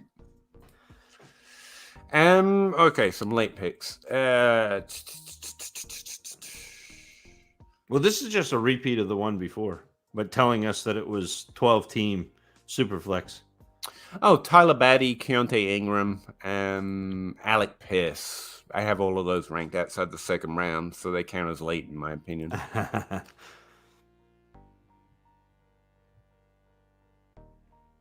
Yeah, I don't have like Jalen Tolbert's another name that's interesting just because he's in Dallas and everybody's hurt. So he could get run, and if he gets run, then he could produce, and if he produces, then he could stick. Yeah, I have him ranked 24th overall. That's late second round again. Yeah. But he said late round. That's deeper. No, he said late second. That's late second. Oh, he did? Okay. Yeah. There you go. Could J-Rob produce more than Etienne this season? He's a better running back. I can't speak to injuries. That's the problem, and I think the team wants to use Etienne. But outside of that, he should, yeah. Like Robinson is literally taking first-team snaps this week, and they've been running Etienne with wide receivers. Like, I know that people don't want to hear that, but James Robinson is really good. He's a pretty good running back. So the answer here, Kevin, is yes. He could. 1 QB, half point PPR, Saquon on a 23 and 24 thirds. Waddle. Jalen Waddle and James Watson. Waddle and Robinson, sure. Yep. Peter, what's the difference between points per game, and total points scored in terms of correlation to the year-to-year performance? Not much. You made me work for it, guys. As soon as I That's saw a question. R squared, I know I can put myself on mute. Depends which position you're looking at, but overall PPR points correlate to next year. Oh, that's rookies. Hang on. Sticky predictions. There you go. Yeah, they're identical. 0.35 to 0.35 year to year, and that's across all three positions. There are some slight differences, like tight ends are a little more predictive in points per game. So are running backs, quarterbacks are more predictive if you're using overall points versus points per game. But they balance out to be as predictive as each other, and those differences are fairly marginal. Might just be a sampling error. Again, we've talked about this before, and I know there's someone out there like trying to make their mark and become rich and famous by saying, "Aha, you didn't use overall point." And maybe I'm not a very smart man, but I've been doing that test for 2 years straight and releasing the data, and it's the same. I think points per game, especially once we adjust for players that played at least 8 games, just the same thing. And at least then you get to use some smaller samples, and everyone knows that it's adjusted for the games they missed and stuff. I'm the same, Zach. I load up. I'm running backs and wide receivers and roll one quarterback. I think it's viable. What you smoking? I don't actually know what it's called. It's just a local tobacco. Gambler. Oh, which I'm not advocating for that activity. It's just the name of the brand. You can take the girl out of the 1 QB leagues, but you can't take the 1 QB leagues out of the girl. That's always been my motto. That's what I've been saying about Zach for years. Grant, trade away Trubisky for a late 22nd, late 22 second, or third while he's still. I mean, show me a trade, I'll tell you yes or no. I think trading Trubisky for some decent value is fine, but he could be startable in the Superflex. I don't know how many teams are interested in giving up draft capital, and a 22 for second or third isn't worth much. So you're talking. I mean, we just talked about all the players you could get there. Although they suck. Yeah. I don't know. I don't mind trading Trubisky for a 22 second and then drafting Malik Willis and hoping that he becomes better than Trubisky. But it's not something I'm actively looking to do either. Yeah, it's not like the dynasty move I'm making or anything, but yeah, it's fine. See if you can put Trubisky with your second and get a late first, and then you could end up with David Bell for Trubisky in a second, or Pickens for Trubisky in a second. Yeah, I'm tired, or that's probably normally the answer. It's like I'd rather package and trade up than try and scoot along looking to hit a home run somewhere at the same time. You were so natural saying home run too. You were just like, yes, I have played baseball my entire life. Home run. Yes, I know what that means. Yeah. Eric, clearly he's not smoking Zach in fantasy football. Smoking Zach at fantasy football. You won't talk smack. I'll do it for you. I get by, Eric. I do all right. He does all right, but not at the expense of Peter. That's not true. Dynasty full PPR. How would you rank wide receivers? Pittman, Bateman, Amon-Ra, Judy, Elijah Moore, and Devontae Smith. Thanks, love the show. You want to go first then? Oh man, I think Bateman, Pittman is easy, and then it gets difficult. I think Smith, Moore, Amon-Ra, Judy is how I would do it. So Bateman, Pittman, Devontae Smith, Moore, St. Brown, Judy, and the Smith, Moore, St. Brown is pretty close, and then Judy is just a little bit behind that. At least for me, I think we're going to see the Bateman breakout. If we hadn't done running backs to breakout, I think Bateman is a top 24 wide receiver this year. I think he's going to be good. I think he's going to finish in the top 36 more than the top 24. That's fair. But it's possible. It's possible. Yep. He's a good candidate. I think he's outside the top 10 candidates to break out in terms of likelihood, just because things I've talked about too much. So do you like Pittman better than Bateman? I think he's more likely to finish in the top 24. Yeah, Absolutely. But I'm talking like now we're talking dynasty value versus short term. Like I think interesting enough. Yeah, Bateman's drafted like 20 spots after him. I'd rather have Bateman 20 spots lower. Yeah. Sure.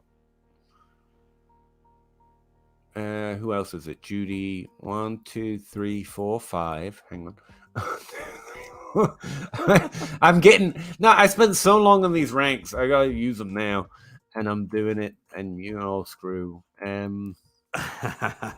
See, that's a beautiful part about not doing rankings is I can just look at them and go, okay, well, this is how I feel because it's so fluid. Like if you ask me the same question next week, it may be different because I should probably changes. I should switch my Bateman ranking. Elijah Moore, Devontae Smith, Amon-Ra St. Brown, Michael Pittman, then Rashad Bateman, and then Jared Judy. I have Jared Judy last. So you're really high on St. Brown? Yeah. Amon-Ra St. Brown? Yeah. I have Pittman and Bateman basically back to back, by the way. I could switch that up. But yeah. I don't know why anyone would I've heard arguments and they're all reasonable, don't get me wrong. But I don't think he had no competition last year for targets is entirely true. He had Swift, he had Hawkinson from the majority of the season. I think he fell in the draft for reasons, but he was always a high tier prospect and he did pretty well in his rookie year, which most 4th round picks don't do. I think if you ignore the 4th round pick nature of it, and also you can do that because he fell in the draft unexpectedly versus his star rating and also his rookie profile. Like he's more Diggs than he is, Micah Mitchell. Then you can just ignore that. And if he wasn't a 4th round pick, wouldn't everyone be excited about him? And that's why I view it. I mean, and I don't even think of him like the 4th round pick thing doesn't factor into my thought process very much. Okay. You don't like him as much as me, though? No, I don't have him at the top of this list. Well, no, I had him second, I think, didn't I? Oh, okay. I had Elijah Moore, then Amon-Ra, and then. So you have Moore ahead of Pittman and Bateman, huh? Yeah. Oh, kind of had you and Ryan McDowell are up at the top of the mountain. No, I'm not. That's the thing. I kept up in the ante, and I'm still lower than I was still barely above average. I was like, "Fuck this! This is as far as I can go with Elijah Moore." See how brilliant we were telling you to wait until the draft because because Moore's value went way down, and now it's coming way back up. It's so easy to see these little trends. It's fun. Sometimes. Not for every player, but there are some that are pretty obvious. Yeah, I had Etienne. Smith second, sorry. Elijah Moore, then Smith, then Amon-Ra, then Pittman, which is too low. But I would actually put Bateman over him like we talked about.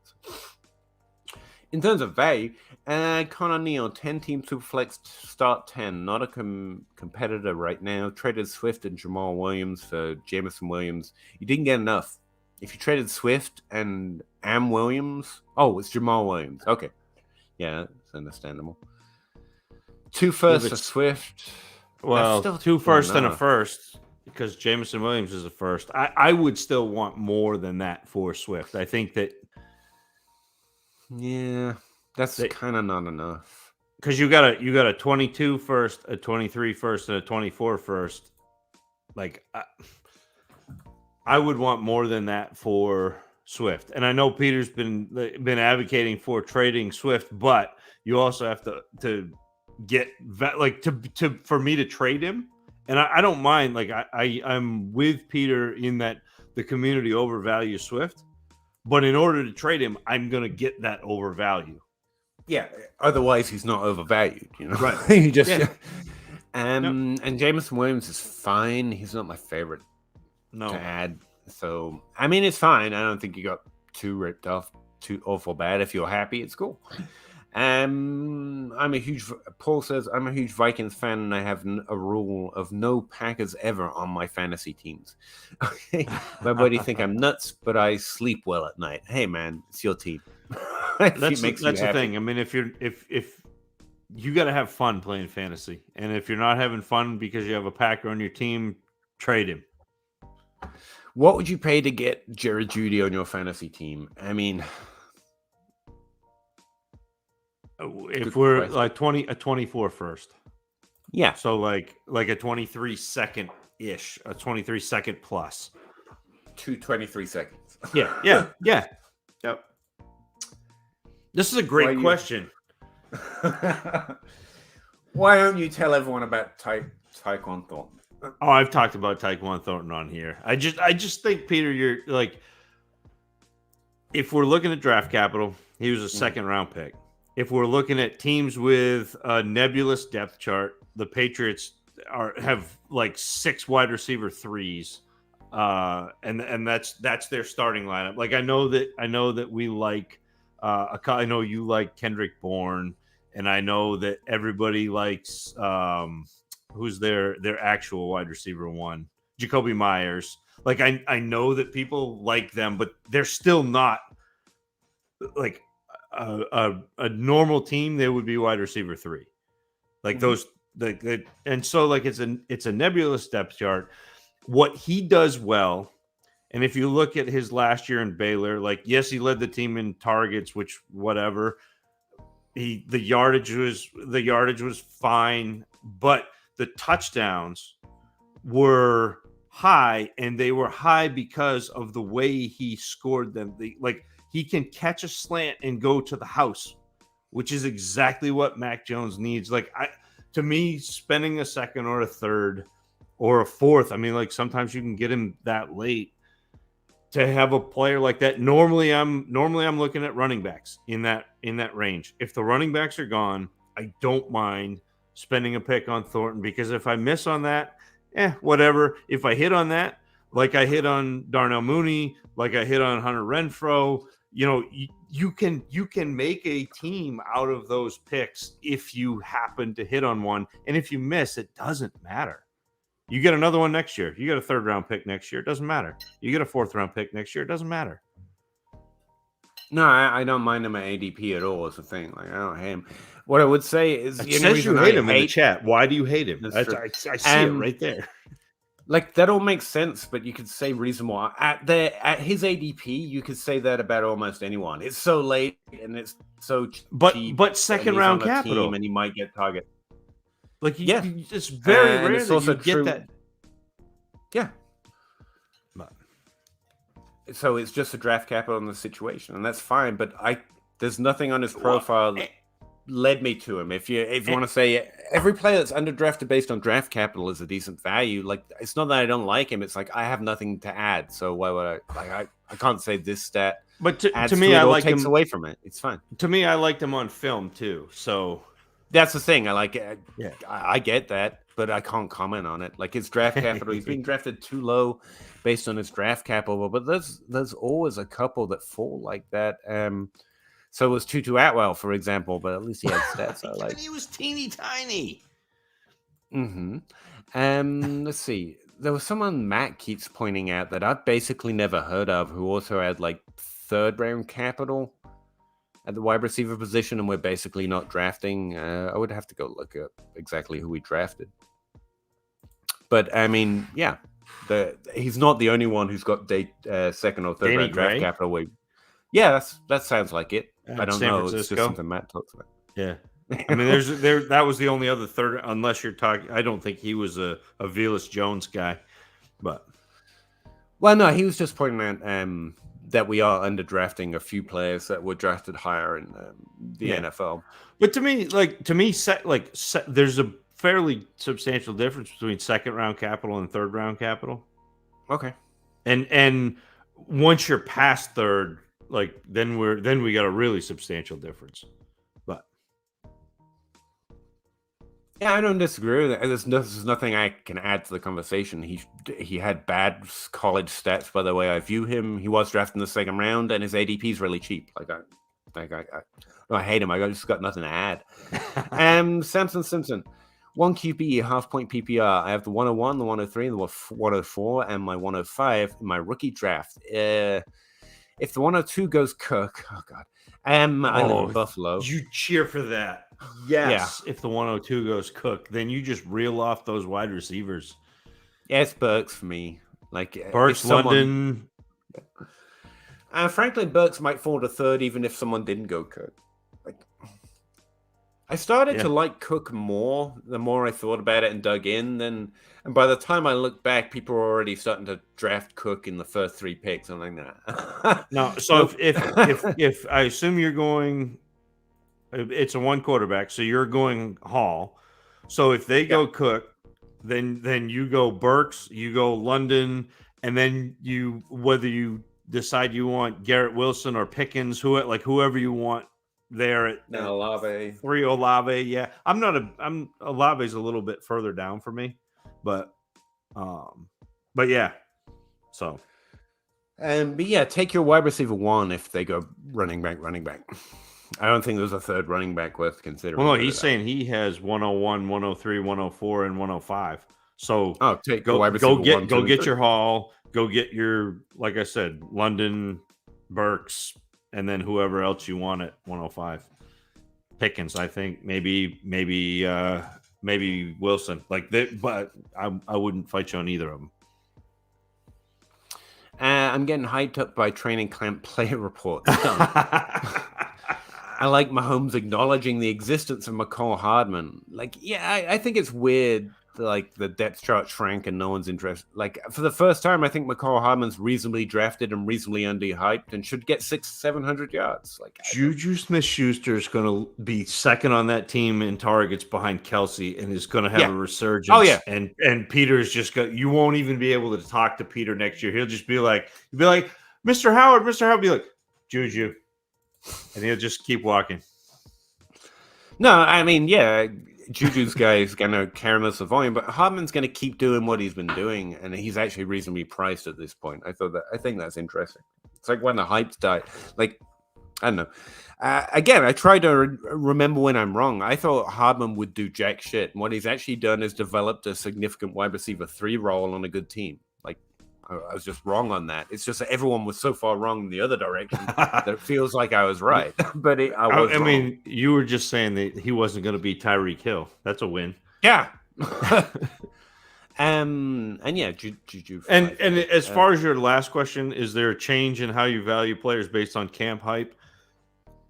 No, but also yes. So no, in the highlight videos and the one-handed catch videos and all the stuff that comes out, but yes, in the consistency day to day, week to week. Like if you keep hearing McCall Hardman or you keep hearing right now, George Pickens for 2 weeks in Pittsburgh has been the only thing anybody has talked about. And we also thought he was pretty good. And so you see those that kind of convergence of a drumbeat plus a player that you thought was going to be pretty good. That's what I'm paying attention to. It's not the hype videos. It's not the one play. I mean, it's the same way I scout rookies. Like I'm not looking at highlight videos. I'm looking at the entire process, the entire game a player plays. I want to know what he does negative. I want to know what he does positive, and I want to know what he does most often. And that's the same way I kind of approach training camp is I want to continually hear what people are saying about these players, because if you hear it multiple times over a course of weeks, I start to buy in. If it's just so-and-so made a great catch, okay, fine. Yeah, no for me. I think all that sounds reasonable, but I think if I let it sway me much at all, I'd have more reasons to make a mistake than I would to improve. But if you don't listen to it a little bit, Peter, you're going to miss out on James Robinson. You're going to miss out on the players who come in and get that camp hype and Philip Lindsay. This offseason, though, because I'm not going to miss out on James Robinson. Because all I had to know is he's been good, and I just don't think he's suddenly bad. And I don't mean James Robinson this year. I mean James Robinson as a rookie. Oh yeah, but I did miss on him. But then I recognized it when it happened. It was possible to know about him a little more advanced at that, but I mean, if yeah, you've been listening to the Dynasty Dummies, no, just listen to that podcast and you're fine. It's like so much, and it's every year, and there are so few nuggets, and I'm like, I would have made so many worse decisions versus the one or two that help. And that's why it's got to be the continued, right, as opposed because there's so many people that are just like, oh, Drake London made a play today, or so Mecole Hardman had a it's like, okay, like fine, like. But if they continue to run with the ones and continue to see a lot and continue to be good, you see it in preseason, like then eventually you're like, I mean, it's like the Ramondre Stevenson, like, okay, so now we're paying attention. Ramondre Stevenson had a pretty good year last year. There is buzz that they may trade Damian Harris. So now we're paying attention to Ramondre Stevenson. It's not a run out and Ramondre Stevenson is a running back one, but it's now he's on the radar. It's that sort of thing. I know he's just already on my radar, and if I was listening, I would have double counted. You can get most of it without having to bother with all these. I mean, I want everyone to have a job too, but that's not most of these. It's like we're giving a community of reporters a job because otherwise they'd be running around causing mayhem. As far as I can tell, that's what it's for. But no, it's cool. What has Dylan or Clyde Edwards-Helaire done to have a higher breakout chance?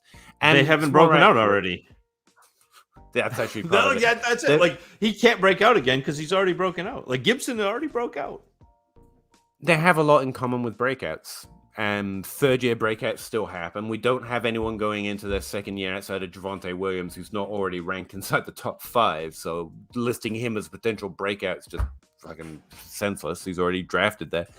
And same with DeAndre Swift. He's got a pretty good breakout chance as well, which means nothing's already drafting him as if he's done it. After that, Clyde Edwards-Helaire, AJ Dillon are both going into their third year, which is the second most common top 12 and top 5 breakout year for running backs.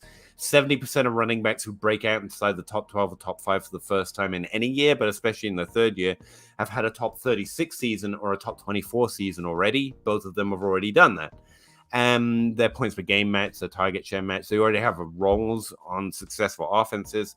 A lot of running backs do work into that breakout year because of an injury, so AJ Dillon would be too unusual.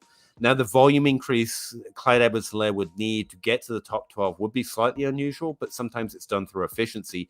And if we can make that bet for DeAndre Swift in the first 6 picks, and I don't think it's unreasonable to say Clyde Edwards-Helaire drafted 5 rounds later is also a reasonable bet for efficiency in this particular year, since it is the third most common year that running backs did it. Again, like I did a better job of that both in the 2 articles I've written and the video I made, but those are the highlights.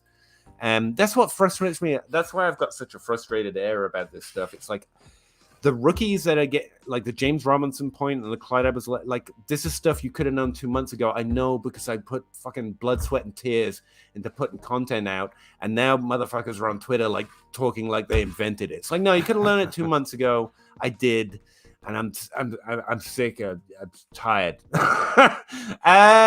But yeah, like that's why I like Clyde Edwards-Helaire and AJ Dillon. Using the factors that breakouts have in common, they kind of have it in common. And it works this way too. Like I don't hate Antonio Gibson. It feels like in order to get close to his range of outcomes, people have to hate because they stayed way too high in him for way too long. When they could have known it 2 months ago, but it was too boring to know it when you could know it. It's much more interesting trying to claim the knowledge now. Not that they've heard actual people do the work and now they're saying it. Not they don't do that at all. For us unpaid people and all. What could be no tight end premium, tear down from Pitts for Kittle, plus a 23 first enough. Yeah, absolutely. I think Kittle's one of those first. Yeah, Kittle's one of those tight end values that stick out because there's not a lot of tight ends that we're significantly ranking above or below others, but we are with Kittle, and it's significantly high. So I like this a lot.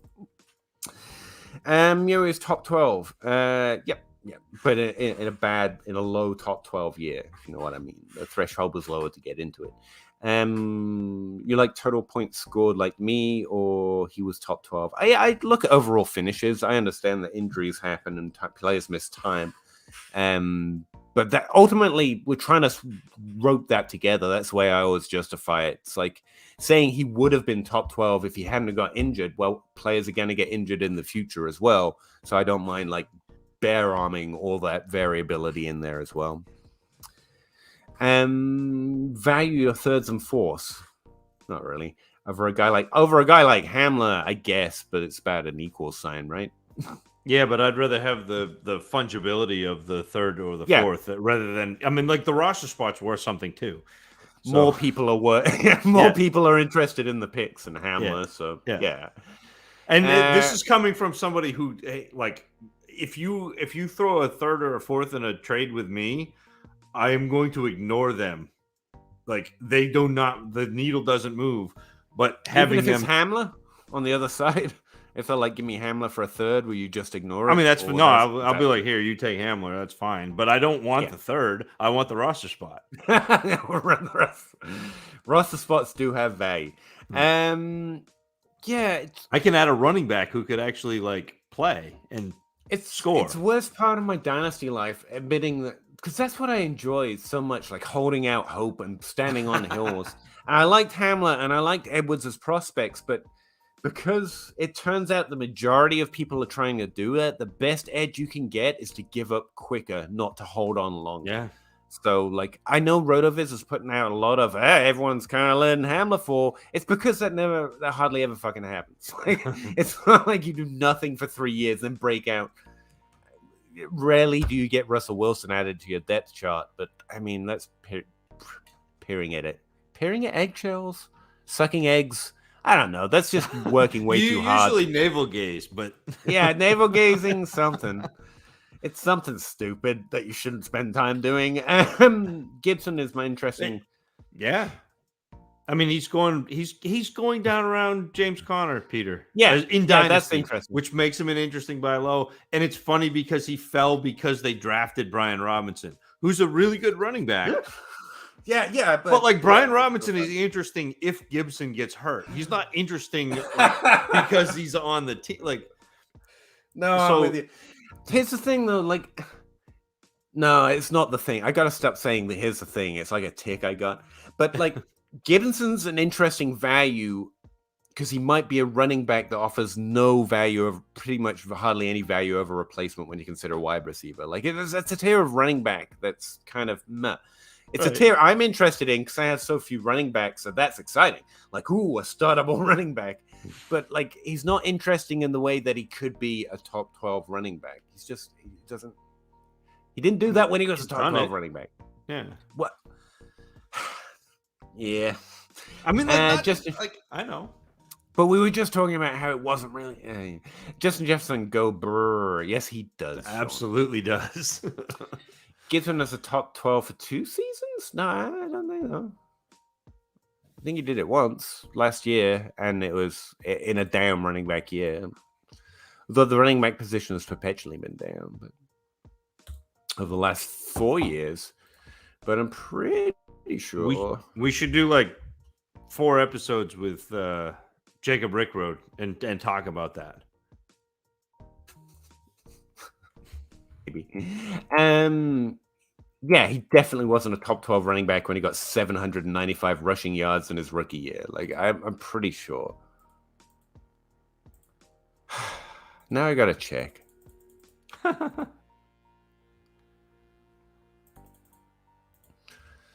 you don't have a good memory, you spend a lot of your time checking things, you know?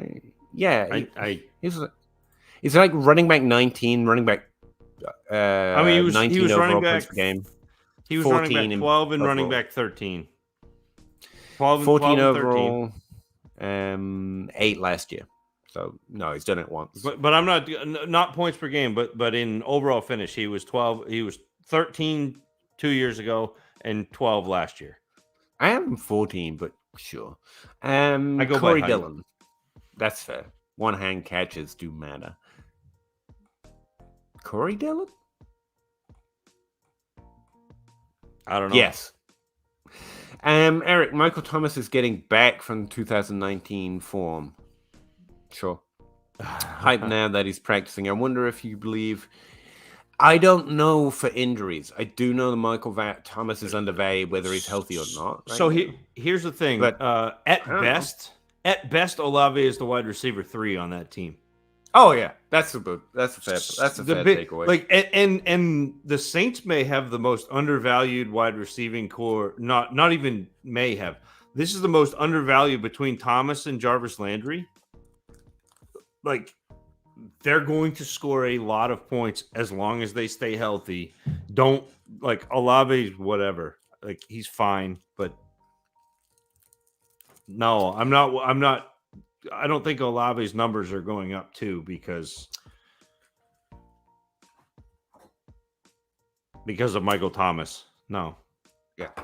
Olave was a middle of the field and touchdown guy in college. Like, I never trust an idea when the whole concept revolves around if he's an entirely different player. I mean, he could be, because we haven't seen him play in the NFL yet, which is also a point that his numbers can't go up. He doesn't have any numbers yet. Right. Most rookies right now heading into 2021 are offering fairly good value for their likely expectation, because they're not being drafted very high in redraft and stuff. But you're not going to get any news we're not going to see any news that is going to be able to make me say, and so their prospect should move up as a rookie. Right. Like, that's just not, there's nothing that really indicate that. It's all stories and narrative. And then the ones that work out will look back and say, see, it was true. When really, I don't know. Yeah, it sounds good. Honestly, I just think Michael Thomas in 2 years is probably going to be the value if he keeps playing. But the last person I heard talking about his injury said that he should really struggle this year, no matter how well he's recovering, just because it's a serious enough injury. So, yeah, I don't think anything's changed. That's the other part of the season. All the news, you have to re-ask questions you feel like you answered already. I'm really, I don't change much. Someone offered me Carr and McLaurin for AJ Brown. If that's a super flex, I'd probably take it. Oh, I probably do. Fun. Like Carr and McLaurin, like AJ Brown and McLaurin are not that far off. Plus, you get a QB too. I mean, I'd probably take it. Yeah, if it's a super flex. If it's not, no chance. He's going to be the wide receiver 2 on the Bills this year. I think that's probably a good bet. Yeah, I think he's probably going to come in behind Stefon Diggs. So. Are we underselling Jamison Crowder a little bit? No, sorry. Fair point. He could be the wide receiver 2 in Buffalo too, but I think it's probably good. Right, Joe and Sampson, feel like I'm a bit gaslit by Twitter. Yeah, that's actually the feeling. Like you feel. Yeah, I know what you mean by that. Twitter feels frustrating at a certain point. And it's not just Twitter, not because it's too popular to hate on Twitter, but it's stuff we were talking about so long ago being relit. Gibson is one of those players that most people missed on as a rookie because of the small sample size and not being utilized very much in college. And I think he only had like 42 carries. And so like a lot of people missed on him. And so it's easier if nobody plants a flag on a player, it's easier for the community to just go, oh, well, we'll move on. So I think that's part of it. I was thinking about that. With Darnell Mooney. Amari Cooper, the one I mentioned earlier. It's like, because like when I come to his position in the draft, because I haven't said anything good and I haven't said anything negative, I'm less likely to draft him, even though he's reasonably priced. Yeah, he's just nothing. Like, if I don't have a strong opinion, there's no feeling. You have no emotional attachment. Yeah, and that's kind of where I'm at with Gibson. It's like he's not bad, it's not good, it's like cheap, and he's probably he's a top 15 running back.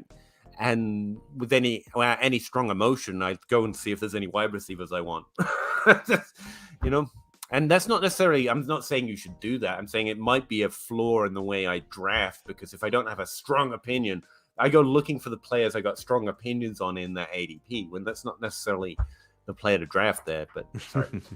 10-team 4 PPR start 10 rebuild, trying to turn into a competitive. Would you trade 223 first for Aaron? No. AJ Dillon and Hollywood.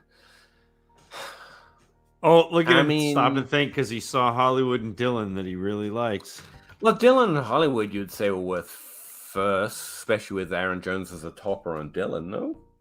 Yeah, I'd probably do that. It's close, but I'd probably do the Jones deal, and especially you're now if you're looking to be competitive, assuming that you have if this I don't know if this is a super flex league, but assuming you have your quarterback situation locked down, a running back room of Aaron Jones, Swift, and Brees Hall Oh, is nice. And a wide receiver room of Jefferson, Hollywood, and Pitts and Pittman is Howard. nice. So yeah, like I don't mind doing that. You go into the finals with that, Russ. The only thing that gives me some pause here is a start 10. Yep. Oh, the 10-team league. Like, you want as many studs as possible. I don't think Hollywood is top 12. I don't think Aaron Jones is top 5, or even the combination between him and Dale on the top 5. And that's like the stud level. So it's fine. You probably guarantee yourself getting into the playoffs, if you know what I mean, if you're not already. So I don't hate it. Could you take those two first and go get? That's the only other thing I can think of. I mean, who are the tiers? It's Justin Jefferson, Jamar Chase, JT, Christian McCaffrey, Saquon Barkley. I think you need 3 to get up to most of those guys. That's what I'm thinking, and so that makes this fair. But yeah. Mitch and Pickett will find the Tower Muth in the red zone. How are they going to get to the red zone? 79 targets as a rookie, tight end. Like, that's exceptionally high, touchdown regression or not. And it's with significant competition, because guess what? Targets aren't vacated. Players that earn targets. And he did that. I think it's notable. I think he could be one of the top 3 dynasty tight ends this time next year. That's honestly where I'm at. He could not be, but he could be, and he's drafted well outside that range. Because it was never about. I think he's Robert Tonyan. Okay. I don't think so. Because it was never about Gibby's value. Well, if you give a guy a nickname like Gibby, people are going to be like, I don't want to say that all the time. I think that's the real problem. They just don't want to use that name all the time. Instead, people created this complex argument for him in May why his ADP was too high. I mean, maybe people can big brain it, stuff like that.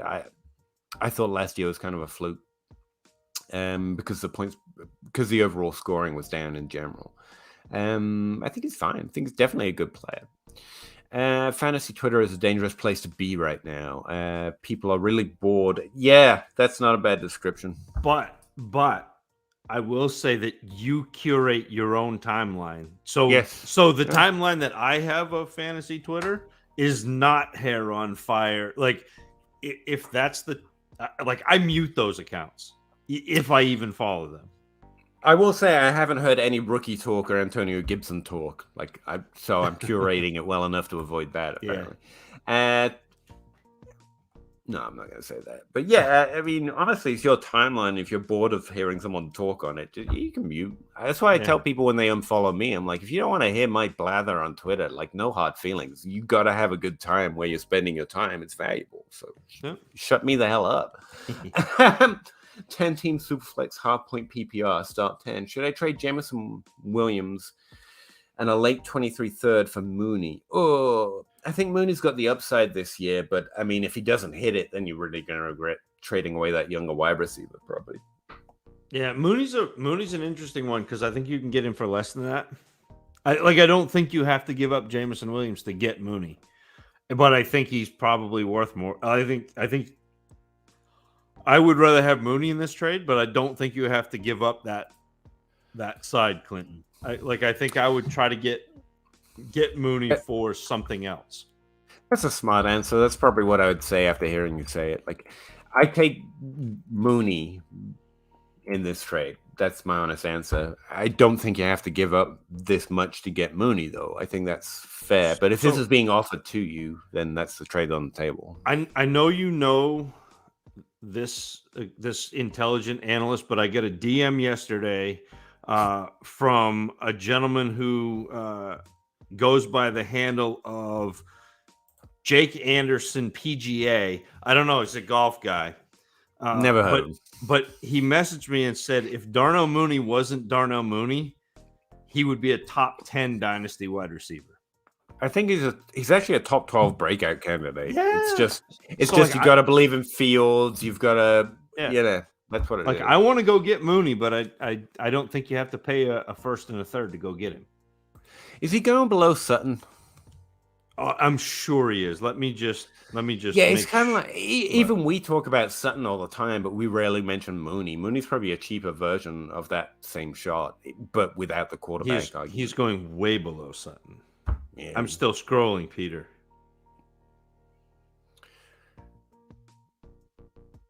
Hang on. Since everyone seems to have forgotten that, I closed it. I was gonna say, he's one of the wide receivers that pop for me as potential. Same analysis I was doing with running back in terms of career year, how long left they have on their breakout arc versus what they've done already. He showed up as a top 6 likely breakout into the top 12, which is significant. I get him everywhere in the There's a guy in my Discord called Jay Bright who constantly mentioned it, and I was like, I don't know. I normally love those undrafted free agents, but he's got Fields, and I'm not a big believer. He's going even with Sutton. And then I did the research, and I was like, no, actually, you got a point. If you like him and he's on your roster, I'd hold on to him because his value is too low right now. So, actually, top 5 breakout potential. He's the 5th highest likely top 12 breakout to translate that into a normal language. But he's going even with Sutton. So I was wrong on that, but still, right on that cusp of top 24. He's right there. He's top 24. I mean, I like them both. Prefer Sutton over Mooney, but if I'm getting Mooney less than Sutton, I like it a lot. Yep. I had to pay a lot more to get Sutton on Twitter my team than I did Mooney. Twitter is a personification of the fireman in Orwell's 1984. I like that because you have to have read 1984 to understand it. Which is one of those books that you read because you got to, but it's actually really enjoyable to read. There are several of those. I normally find it a slog. I'm sorry. I tried Tolstoy, and I know it's this work of literary genius, and I found it hard. Same with Lord of the Rings fella. Oh, I can't. Yeah, Tolkien. How great it is, his actual book. I can't. I never took me could. 3 years to read one because it's such a slow slog for me. I don't know why. I got. Whereas I've read 20 Terry Pratchett books in the last 2 weeks, and I think that's genuinely good writing. So it's possible to be good and fun. I'm pretty sure I just bought the first book in Discworld on audiobook this week. See, I was never a big Terry Pratchett guy because I'm a Douglas Adams guy, damn it. But I was bored and I found Kindle the other week. Yeah. And I was like, oh, you can buy books for less than $10. And now I'm poor. But so Terry Pratchett showed up. I read one that I really liked, and I tried 3 and 4. Anyway, I ended up, and now I'm sad again because I read all the Night Watch books, and Terry Pratchett's gone from us now, and those characters, there's no more of them. And it's really sad. So I would read them slowly, Zach. It's kind of depressing. Sorry, Joe. What were you saying? I respect some Alice more if they said, I don't know. I just don't like him. Sorry. I feel like that's a direct quote from me on most questions. So, there's a wide variety of players I don't have a strong opinion on. I try to have as few strong opinions as possible because ADP is normally just good enough. It's like points per game. It's good enough. I like understanding the other stuff, but it's good enough. Friends. Burn them to ashes, then burn the ashes, probably. Talking about Twitter, that's probably an appropriate reaction. No, Peter, I'm talking about you. I never talk about you like that. You can. It's fine. I'm terrible. Let me see. We should have a conversation about Peter right now. He will never even know. It'll just be you and me. I'm paying very little attention most of the time. Sorry, this just showed what? There's a little notification. There's something about $10. I think we're behind because I got in my feels, and so someone. Oh, there we go. Clinton, I got Williams for the 110, and I have Waddle, Sky Moore, Elijah Moore. You got a very young team, man, and Garrett Wilson and London. I did the trade mostly to get field stack. I'm in a rebuild with three firsts next year. Cool. I don't know what the question is. It feels like there should be a question. I would say this: you're way too invested in the 22 wide receiver class. I'm scared for you because it's a scary class, but it sounds like you're getting decent value on them. Like that trade doesn't seem bad. I like that you've got Waddle and Elijah Moore. That insulates you a little bit because they're already a little bit proven. Yeah. Sorry, skimming back up here now.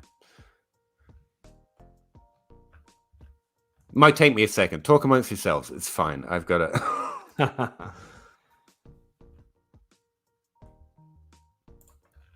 No, we read that one. You were where we were right about there. We were in the middle. You can keep going down. Yeah, I see that.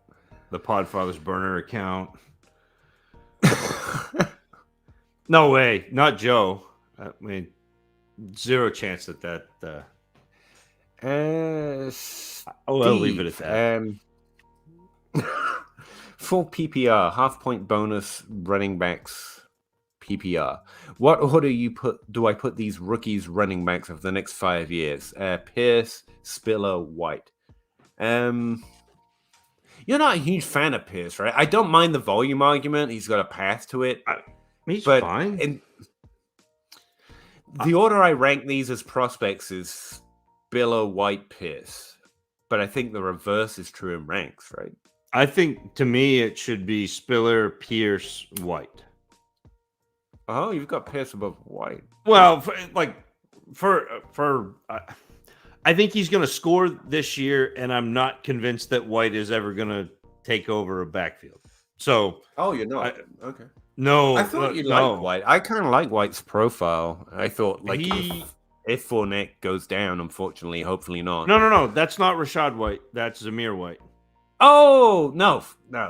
Sorry, I backed up. I'm entirely in lockstep. Yeah, I Spiller, Pierce, White, and like Pierce probably has the most the most chance to score points this year immediately without having to see I think Spiller's a pretty good. Like if Eckler got hurt, and I think that's what Steve's asking about because he's saying over the next 5 years, and that's all about the player you prefer. So Spiller would be one for me. Spiller, yep. Yeah.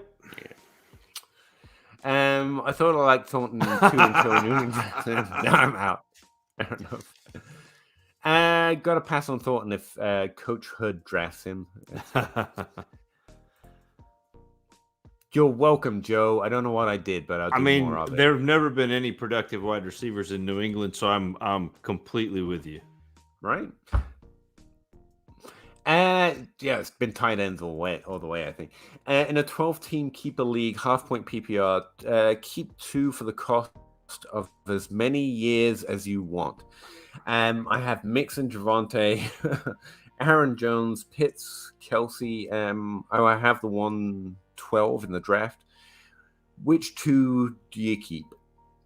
I mean, if you can keep them for as many years as you want, it's Javonte and Pitts. Yeah. Those are the 2 I mean. Yeah.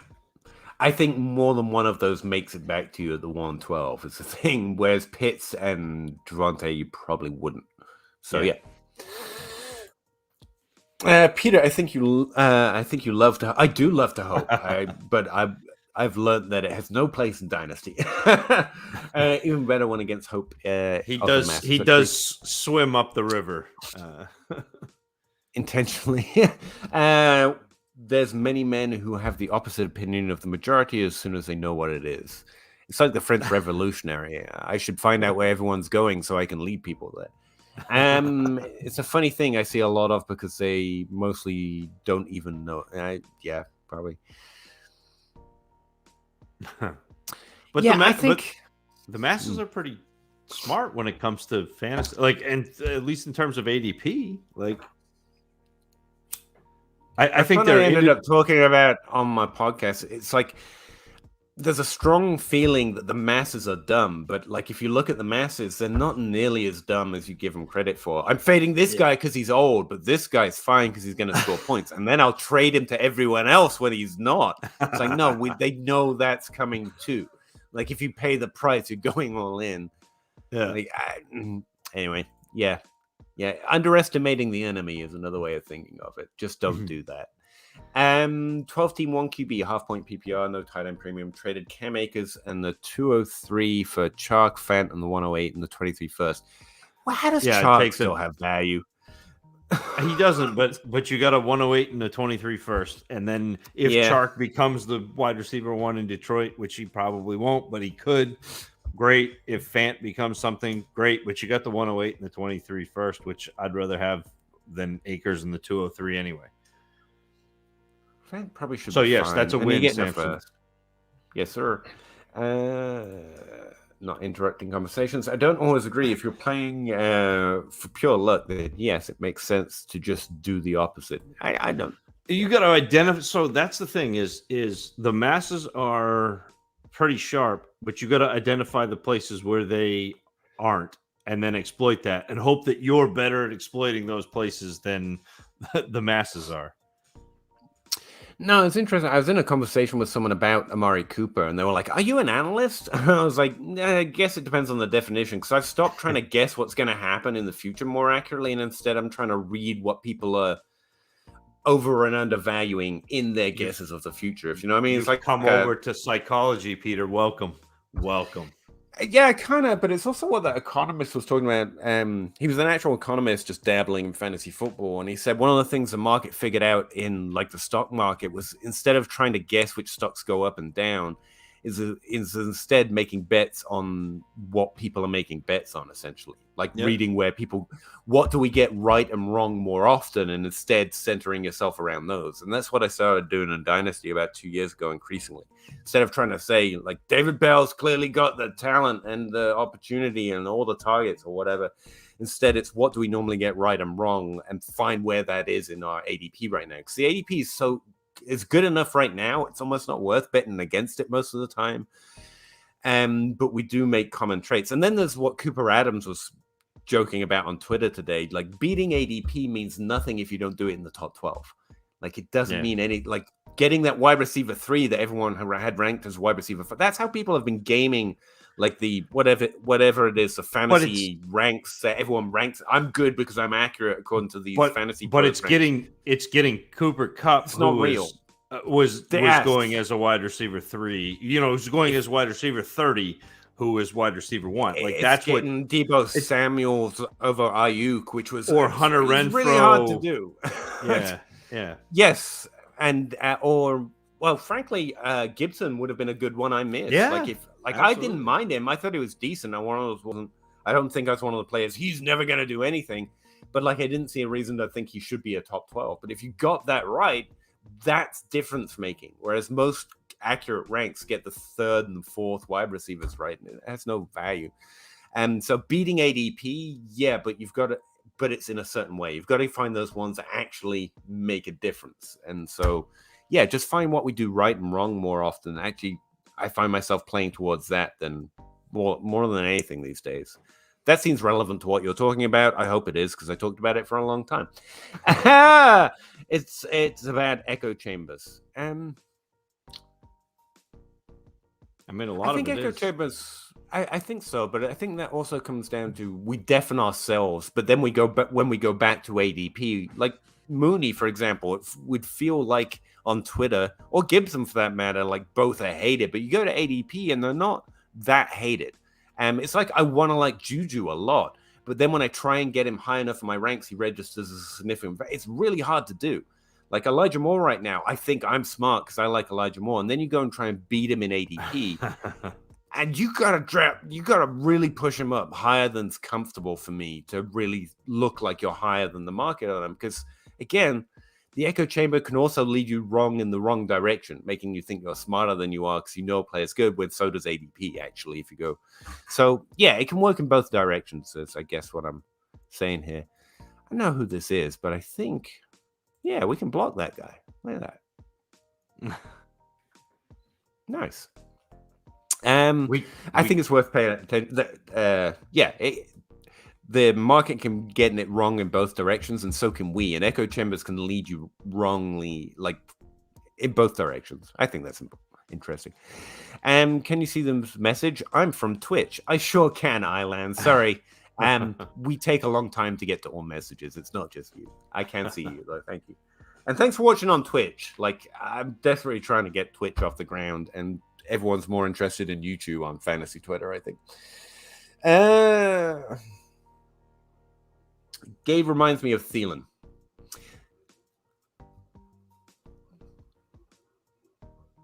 It doesn't remind me of Thielen. But I don't watch him, so I need a drink. It's too hot in here. Can you maybe talk about the differences between their games? Like, they couldn't be more drastically different in terms of their progression. So yeah, no, I don't think that Gabe Davis and Thielen remind me of each other. But Peter's just gonna ditch me here and let me roll about that. I don't even want to talk Gabe Davis. I think he's good. I don't think he's as good as people think he's going to be. I think PFF has propped him up.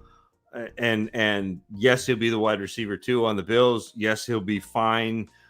He may be a top 24 wide receiver, but I think that's the ceiling of his upside is like wide receiver 18 to 24. And so he's at ADP currently in Dynasty, somebody I'm interested in because I think he's actually undervalued in Dynasty. The hype in best ball and redraft has gone way over the shark. And so I'm not necessarily interested in that in redraft, best ball, that sort of thing. Hey, Peter. Yeah, they're not similar at all. we did a whole Jacob Rickroad Gabe Davis. So like if you're really interested in hearing what Peter and myself and Jacob Rickroad, who is admittedly smarter than both of us combined, Samson, go listen to it's probably like 3 or 4 episodes back in the Dynasty Crossroads. This is actually one of the things we repeatedly do every year. We're projecting a player to explode in overall volume because of efficiency, and therefore we project them way too high in both Dynasty and redraft. Projecting breakouts is the one thing both redraft and Dynasty gets incredibly wrong. Like, again, if you go and look for what's common in wide receiver breakouts, the names that pop up for this year are CeeDee Lamb, Michael Pittman, T. Higgins, Devontae Smith, Darnell Mooney, Amon-Ra St. Brown. Like we already know they're good, so we're like, well, who's the value who's going to break out from nowhere? Right. It's more often Hunter Renfrow is much more common. That's the guy who's already getting volume, not efficiency, and was lower drafted and breaking out in a lot further career year. We're trying to fit Gabe Davis into this typical breakout arc and make an exception because there were so many good wide receivers ahead of him. Like, it's a mistake we make regularly every year, and it's a mistake. So, like, that kind of says it. Like, he was a good player. He is a good player. He's probably going to be pretty good, but he doesn't look anything like a player who's more likely to explode in volume. Again, the average increase in target share from non-breakout to breakout year is 8% if it's in their second year and they were drafted in the first 3 rounds of the NFL draft. Like, that's the hype. And we would need Gabe Davis to double that to get to where we think he could finish next year. I mean, it can happen because it's fucking reality, non-mathematical sum. Anything can happen. But there's not a lot of reason to expect it. Efficiency doesn't do it. It's one of the mistakes we continually make, so I'm just out. Joe, exactly. That sounds like a good character name. Joe, exactly. You know? Anyway, and I see that what you just described all the time, it comes from this idea that the masses are dumb. Yeah. I just always think if I think I'm the smartest person anywhere, then I'm making a mistake. Not you're in the wrong place, and also, and I have self-esteem issues. Don't get me wrong. I just think, I mean, even if you're right about that, like if you're right about that, then Zach's got the right answer. You're in the wrong place, and if you're wrong about that, like there are so many bad things that can happen from that wrong assumption. So it's just almost never worth assuming the person opposite you that you're playing against or with is stupid. Like, it's just never a good idea. the truth is like a lion. You don't. It's getting way too philosophical, guys. I study history, and I'm not a smart man. You gotta back off these deep thoughts. The truth is like a lion. You don't have to defend it. Let it loose, and it will defend itself. Maybe, but I've also found that it's not that way. You can find out something's true and no one listens, and someone says something that's kind of part of what you found out was true, and everyone believes that. And it's not enough to be the actual anyway, it's not. It's who says it. We believe in reputations and brands. If you're handsome, you're more likely to be believed. If you are symmetrical, you're more likely to be voted president. Again, don't assume you're as smart as you think you are. It's not about truth or untruth. We as humans are deeply flawed. It's who says it and how well they say it, and did they make me laugh or not? It's honestly the truth. Like, I bet those people that take a stance in many areas of their lives, probably. I like that. It was a Mooney Williams trade. That's from Clinton. Nice. He got Williams for the 110. Yeah, that was a good one. Awesome. No. I'm just here to dispel rumors, myths, and anything like that, Joe. I got you. I've always suspected that Zach is the Podfather, so you know. No. Jesse Riddle, 10-team Superflex. I don't know. You appeared on a podcast very early in the Podfather's career. I seem to remember him being on the Dynasty Dummies. He came on the Dummies. I've hosted his show before, but we talked about the Peter Howard on that show, actually. That was yeah, and a little bit of Edge of Tomorrow. That was it was a good episode. I mean, you know, if you're into that sort of thing. Jesse Riddle, 10-team Superflex, half-point PPR, 1 tight end premium. I'm trying to work either of these trades. Mitchell, Elijah, I'm assuming, the Sun God, and a second for T. Higgins, a third, and another Mitchell. Or for Pittman in the third. I'd rather have the T in the third. Yeah. I don't know that I'd do it for Pittman. I think I'd keep Mitchell and St. Brown for the Pittman in the third. Here's the thing. T. Higgins is overhyped on Twitter, talking about the Twitter bubble Joe was just talking about. But his value is actually pretty decent right now. Like, I think CD Lamb's a more likely breakout candidate, but I think T. Higgins' value and points was a lot more certain. Does that make sense? Yep. So I've actually found I can't trade him away for a value that I would trade him away. So I would explore trading for him. And this trade would be good. And I like, as we talked about before, I liked the Sun God a lot. And I like Elijah Mitchell. But T. Higgins, there's so much certainty there. Yeah. Good team, good player, good quarterback. Set for how long? Like, I like that. Yeah, I'd rather have the Higgins side, but I would rather have the Mitchell ARSB St. Brown. I would rather have Amon-Ra than the Pittman side. Yep. Yeah. I forgot to ask you about that. You were surprised that I liked Amon-Ra. Where's the line for you where he's not a good value? Is it Pittman? I mean, like a top 24 wide receiver, or do you think he's? No, I think he's a top 24. I mean, okay. I mean, he like I said, there was a group of wide receivers that I had close together, and that, like, to me, that they're all fine. I'm like, they're all fine. Good. Yeah. They're all players that I'm targeting. I'll take whichever one is cheaper. I know that you love that answer, but I think as long as it's not on the same team, you can get away with whichever one is cheaper. You know, where like. It's not the what you talked about on your pod where you take the cheaper option on a team, and that's not always the best way to go. But no, it did strike me, and I podcast like I do this. I start talking, and I see what I find out by the end of it. It's not planned, and maybe it would be better if I was.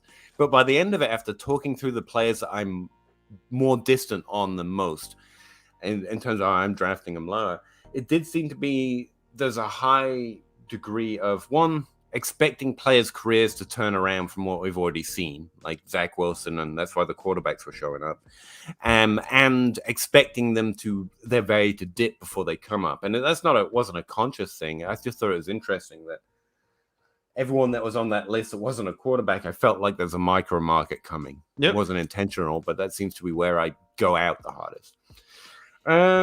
Thanks in advance for the answer. I hope you dudes are well. Thanks, Jesse. I really appreciate you asking the question and checking us out. He always watches the replay. You're the one. Thanks, Jess.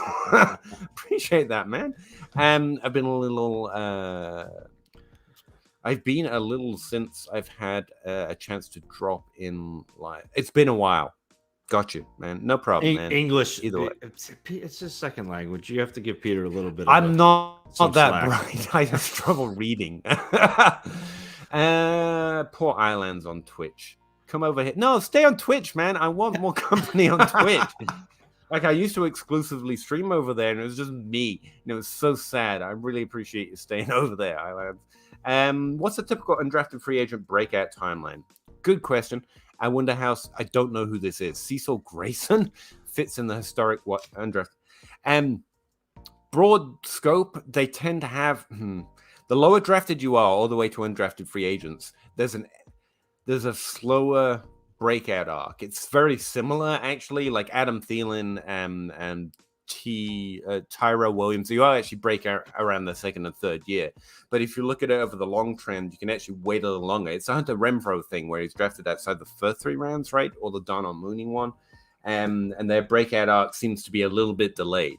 So if you can give up on a wide receiver with normal draft capital after their first year, you can give up on an undrafted free agent play after their second year, essentially. But undrafted free agents actually have a few more signifiers. For example, they have to stick to a roster, which isn't really a challenge for a player stuck in the first 3 rounds. And if a player leaves a roster, you give up on them, whether it's the first, second, or third year. But that's what I'd say. I'd say give them an extra year, but it's essentially the same curve and curl. Where was Hunter Renfrow drafted? It feels like you were someone who would know that. I would have to look that up, but I can do that easy. Okay. Yeah. No, if you don't know, I think he was like a 4th round pick. I think he was a 4th, but I will. 5th round pick. Samson agrees on Gabe Davis, thinks he's a horrible redraft trick, but in Dynasty, I don't know how you can't like him. I find it the other way around, man. Like, if there's not immediate expectation of points, especially outside the second year, like, I think he's a worse Dynasty pick. But maybe that's. I mean, he's going so low. Like, he's going so low in Dynasty that I think he'll outscore what his ADP is. So, like, I think you're getting, like, he could be a top 24 wide receiver this year. Yes. I don't think so. I think that would be the unusual top 36, maybe. But even top 36, he's going at wide receiver 40 in Dynasty. So, like, it was higher than that. No. Like, that's what the Gabe Davis conversation is because in redraft and best ball, he's been going up in like 24, 25, 26. But in Dynasty, he's been back. And so that to me is why he's potentially value. I mean, I'd still rather have George Pickens. I'd still rather have Michael Thomas. Well, yeah, but I'd rather have Brandon him Ayuk over. Yeah, I mean, yeah, like I'd rather have those guys, but I still think that him being back down in that range is not like that's not jumping the shark. That's not out of the realm of. But in redraft, if you draft him and he hits that upside, then it was worth it. And if it's not, he's not. You can drop him, you can move on. But in Dynasty, like you're saying, like if you take even at wide receiver 40, because there's like 20 wide receivers valued in the top 24 outside the top 24. Like if you take Gabe Davis and you pass up Pickens, Ayuk, Tony, even under Renfrow, Thielen, some of those are just points players. Several of them are drastic value shifts if they have good years. Like that's a bigger thing to give up on, if you know what I mean. You know, like if you draft Gabe Davis in Dynasty and the guy next to you drafts Pickens, you've lost a lot more than in redraft if you draft him 10 spots higher and he doesn't work out. You know what I mean? Because there's I guess, but I also think that if Gabe, so if let's say you draft Gabe Davis and he hits top 24 this year, and the community was so high on him, and now he's a wide receiver 2, I think you've gained a bunch of value from wide receiver 40. It's higher risk and reward. I would probably say I agree with that. But yeah, I'd still rather have Pickens. But I'd rather have IU. Yep. What? I love undrafted Gabe Davis in most of my rookie drafts. Rookie drafts was the time to do it. Like I got no problem with that. Well, and like, do you remember when I came on? This was during his rookie year, and he hadn't done. Yeah, this is one you got right. You should go get Gabe Davis right now. And every now and then I hit one, Peter. It's not often, but every now and then. A few. Yeah, a few. People actually had a second round grade on him, but many of their favorite players fell. They always say that. Yeah. Everybody had a first round grade on DK, which is why he went, as late as he did in the second. It's like Adam Thielen, he was only undrafted because of all those fallen players, too. Drop the second. I think he's not a bad player, but he's not a great. Oh, he's a good. He's an NFL level player, which is. But I mean, in the context of the NFL, Peter, I don't mean he'd be real good on my Pee Wee team. Oh, sure, he destroyed it. Yeah, sure. I have him everywhere. I got him late third in most of my rookie drafts. Yeah. Again, there's. Never hate the players. They're all. No.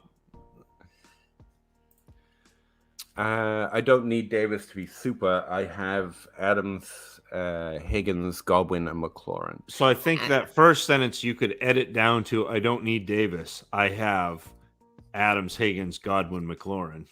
That's fair. You could He's trade wide receiver 40th overall, but here's the thing: when investigating trades in Dynasty, like Gabe Davis can get a lot that he shouldn't.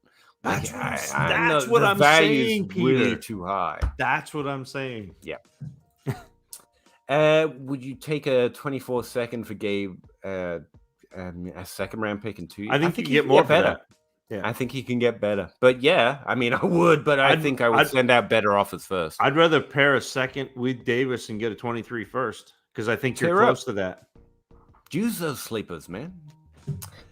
That's the thing about Gabe in Dynasty. No one will give you a first, but I'm not. That's exactly why Zach's saying to pair him up. Yep. Also, Pat Freiermuth, valued a second, but no one really wants to give him up a second. Like Gabe for a Freiermuth is an actual trade that happened recently. Like I think that's a solid trade too. Was Jacoby Myers a pop for a breakout? I can't backdate the process. I had one going last year, but it was just for third year players. If I go back, I don't like to back test it that way because I've already told it what good players look like, and I've used those players. But I will probably say no. He probably didn't stick out to me. No, that's not true. I can actually go back through my tweets. It was me and Cooper Adams talking about how he should be the leading wide receiver, and then I switched to Kendrick Bourne because Jacoby Myers kept getting pushed up, and that worked out to get a 3-touchdown game. Peter.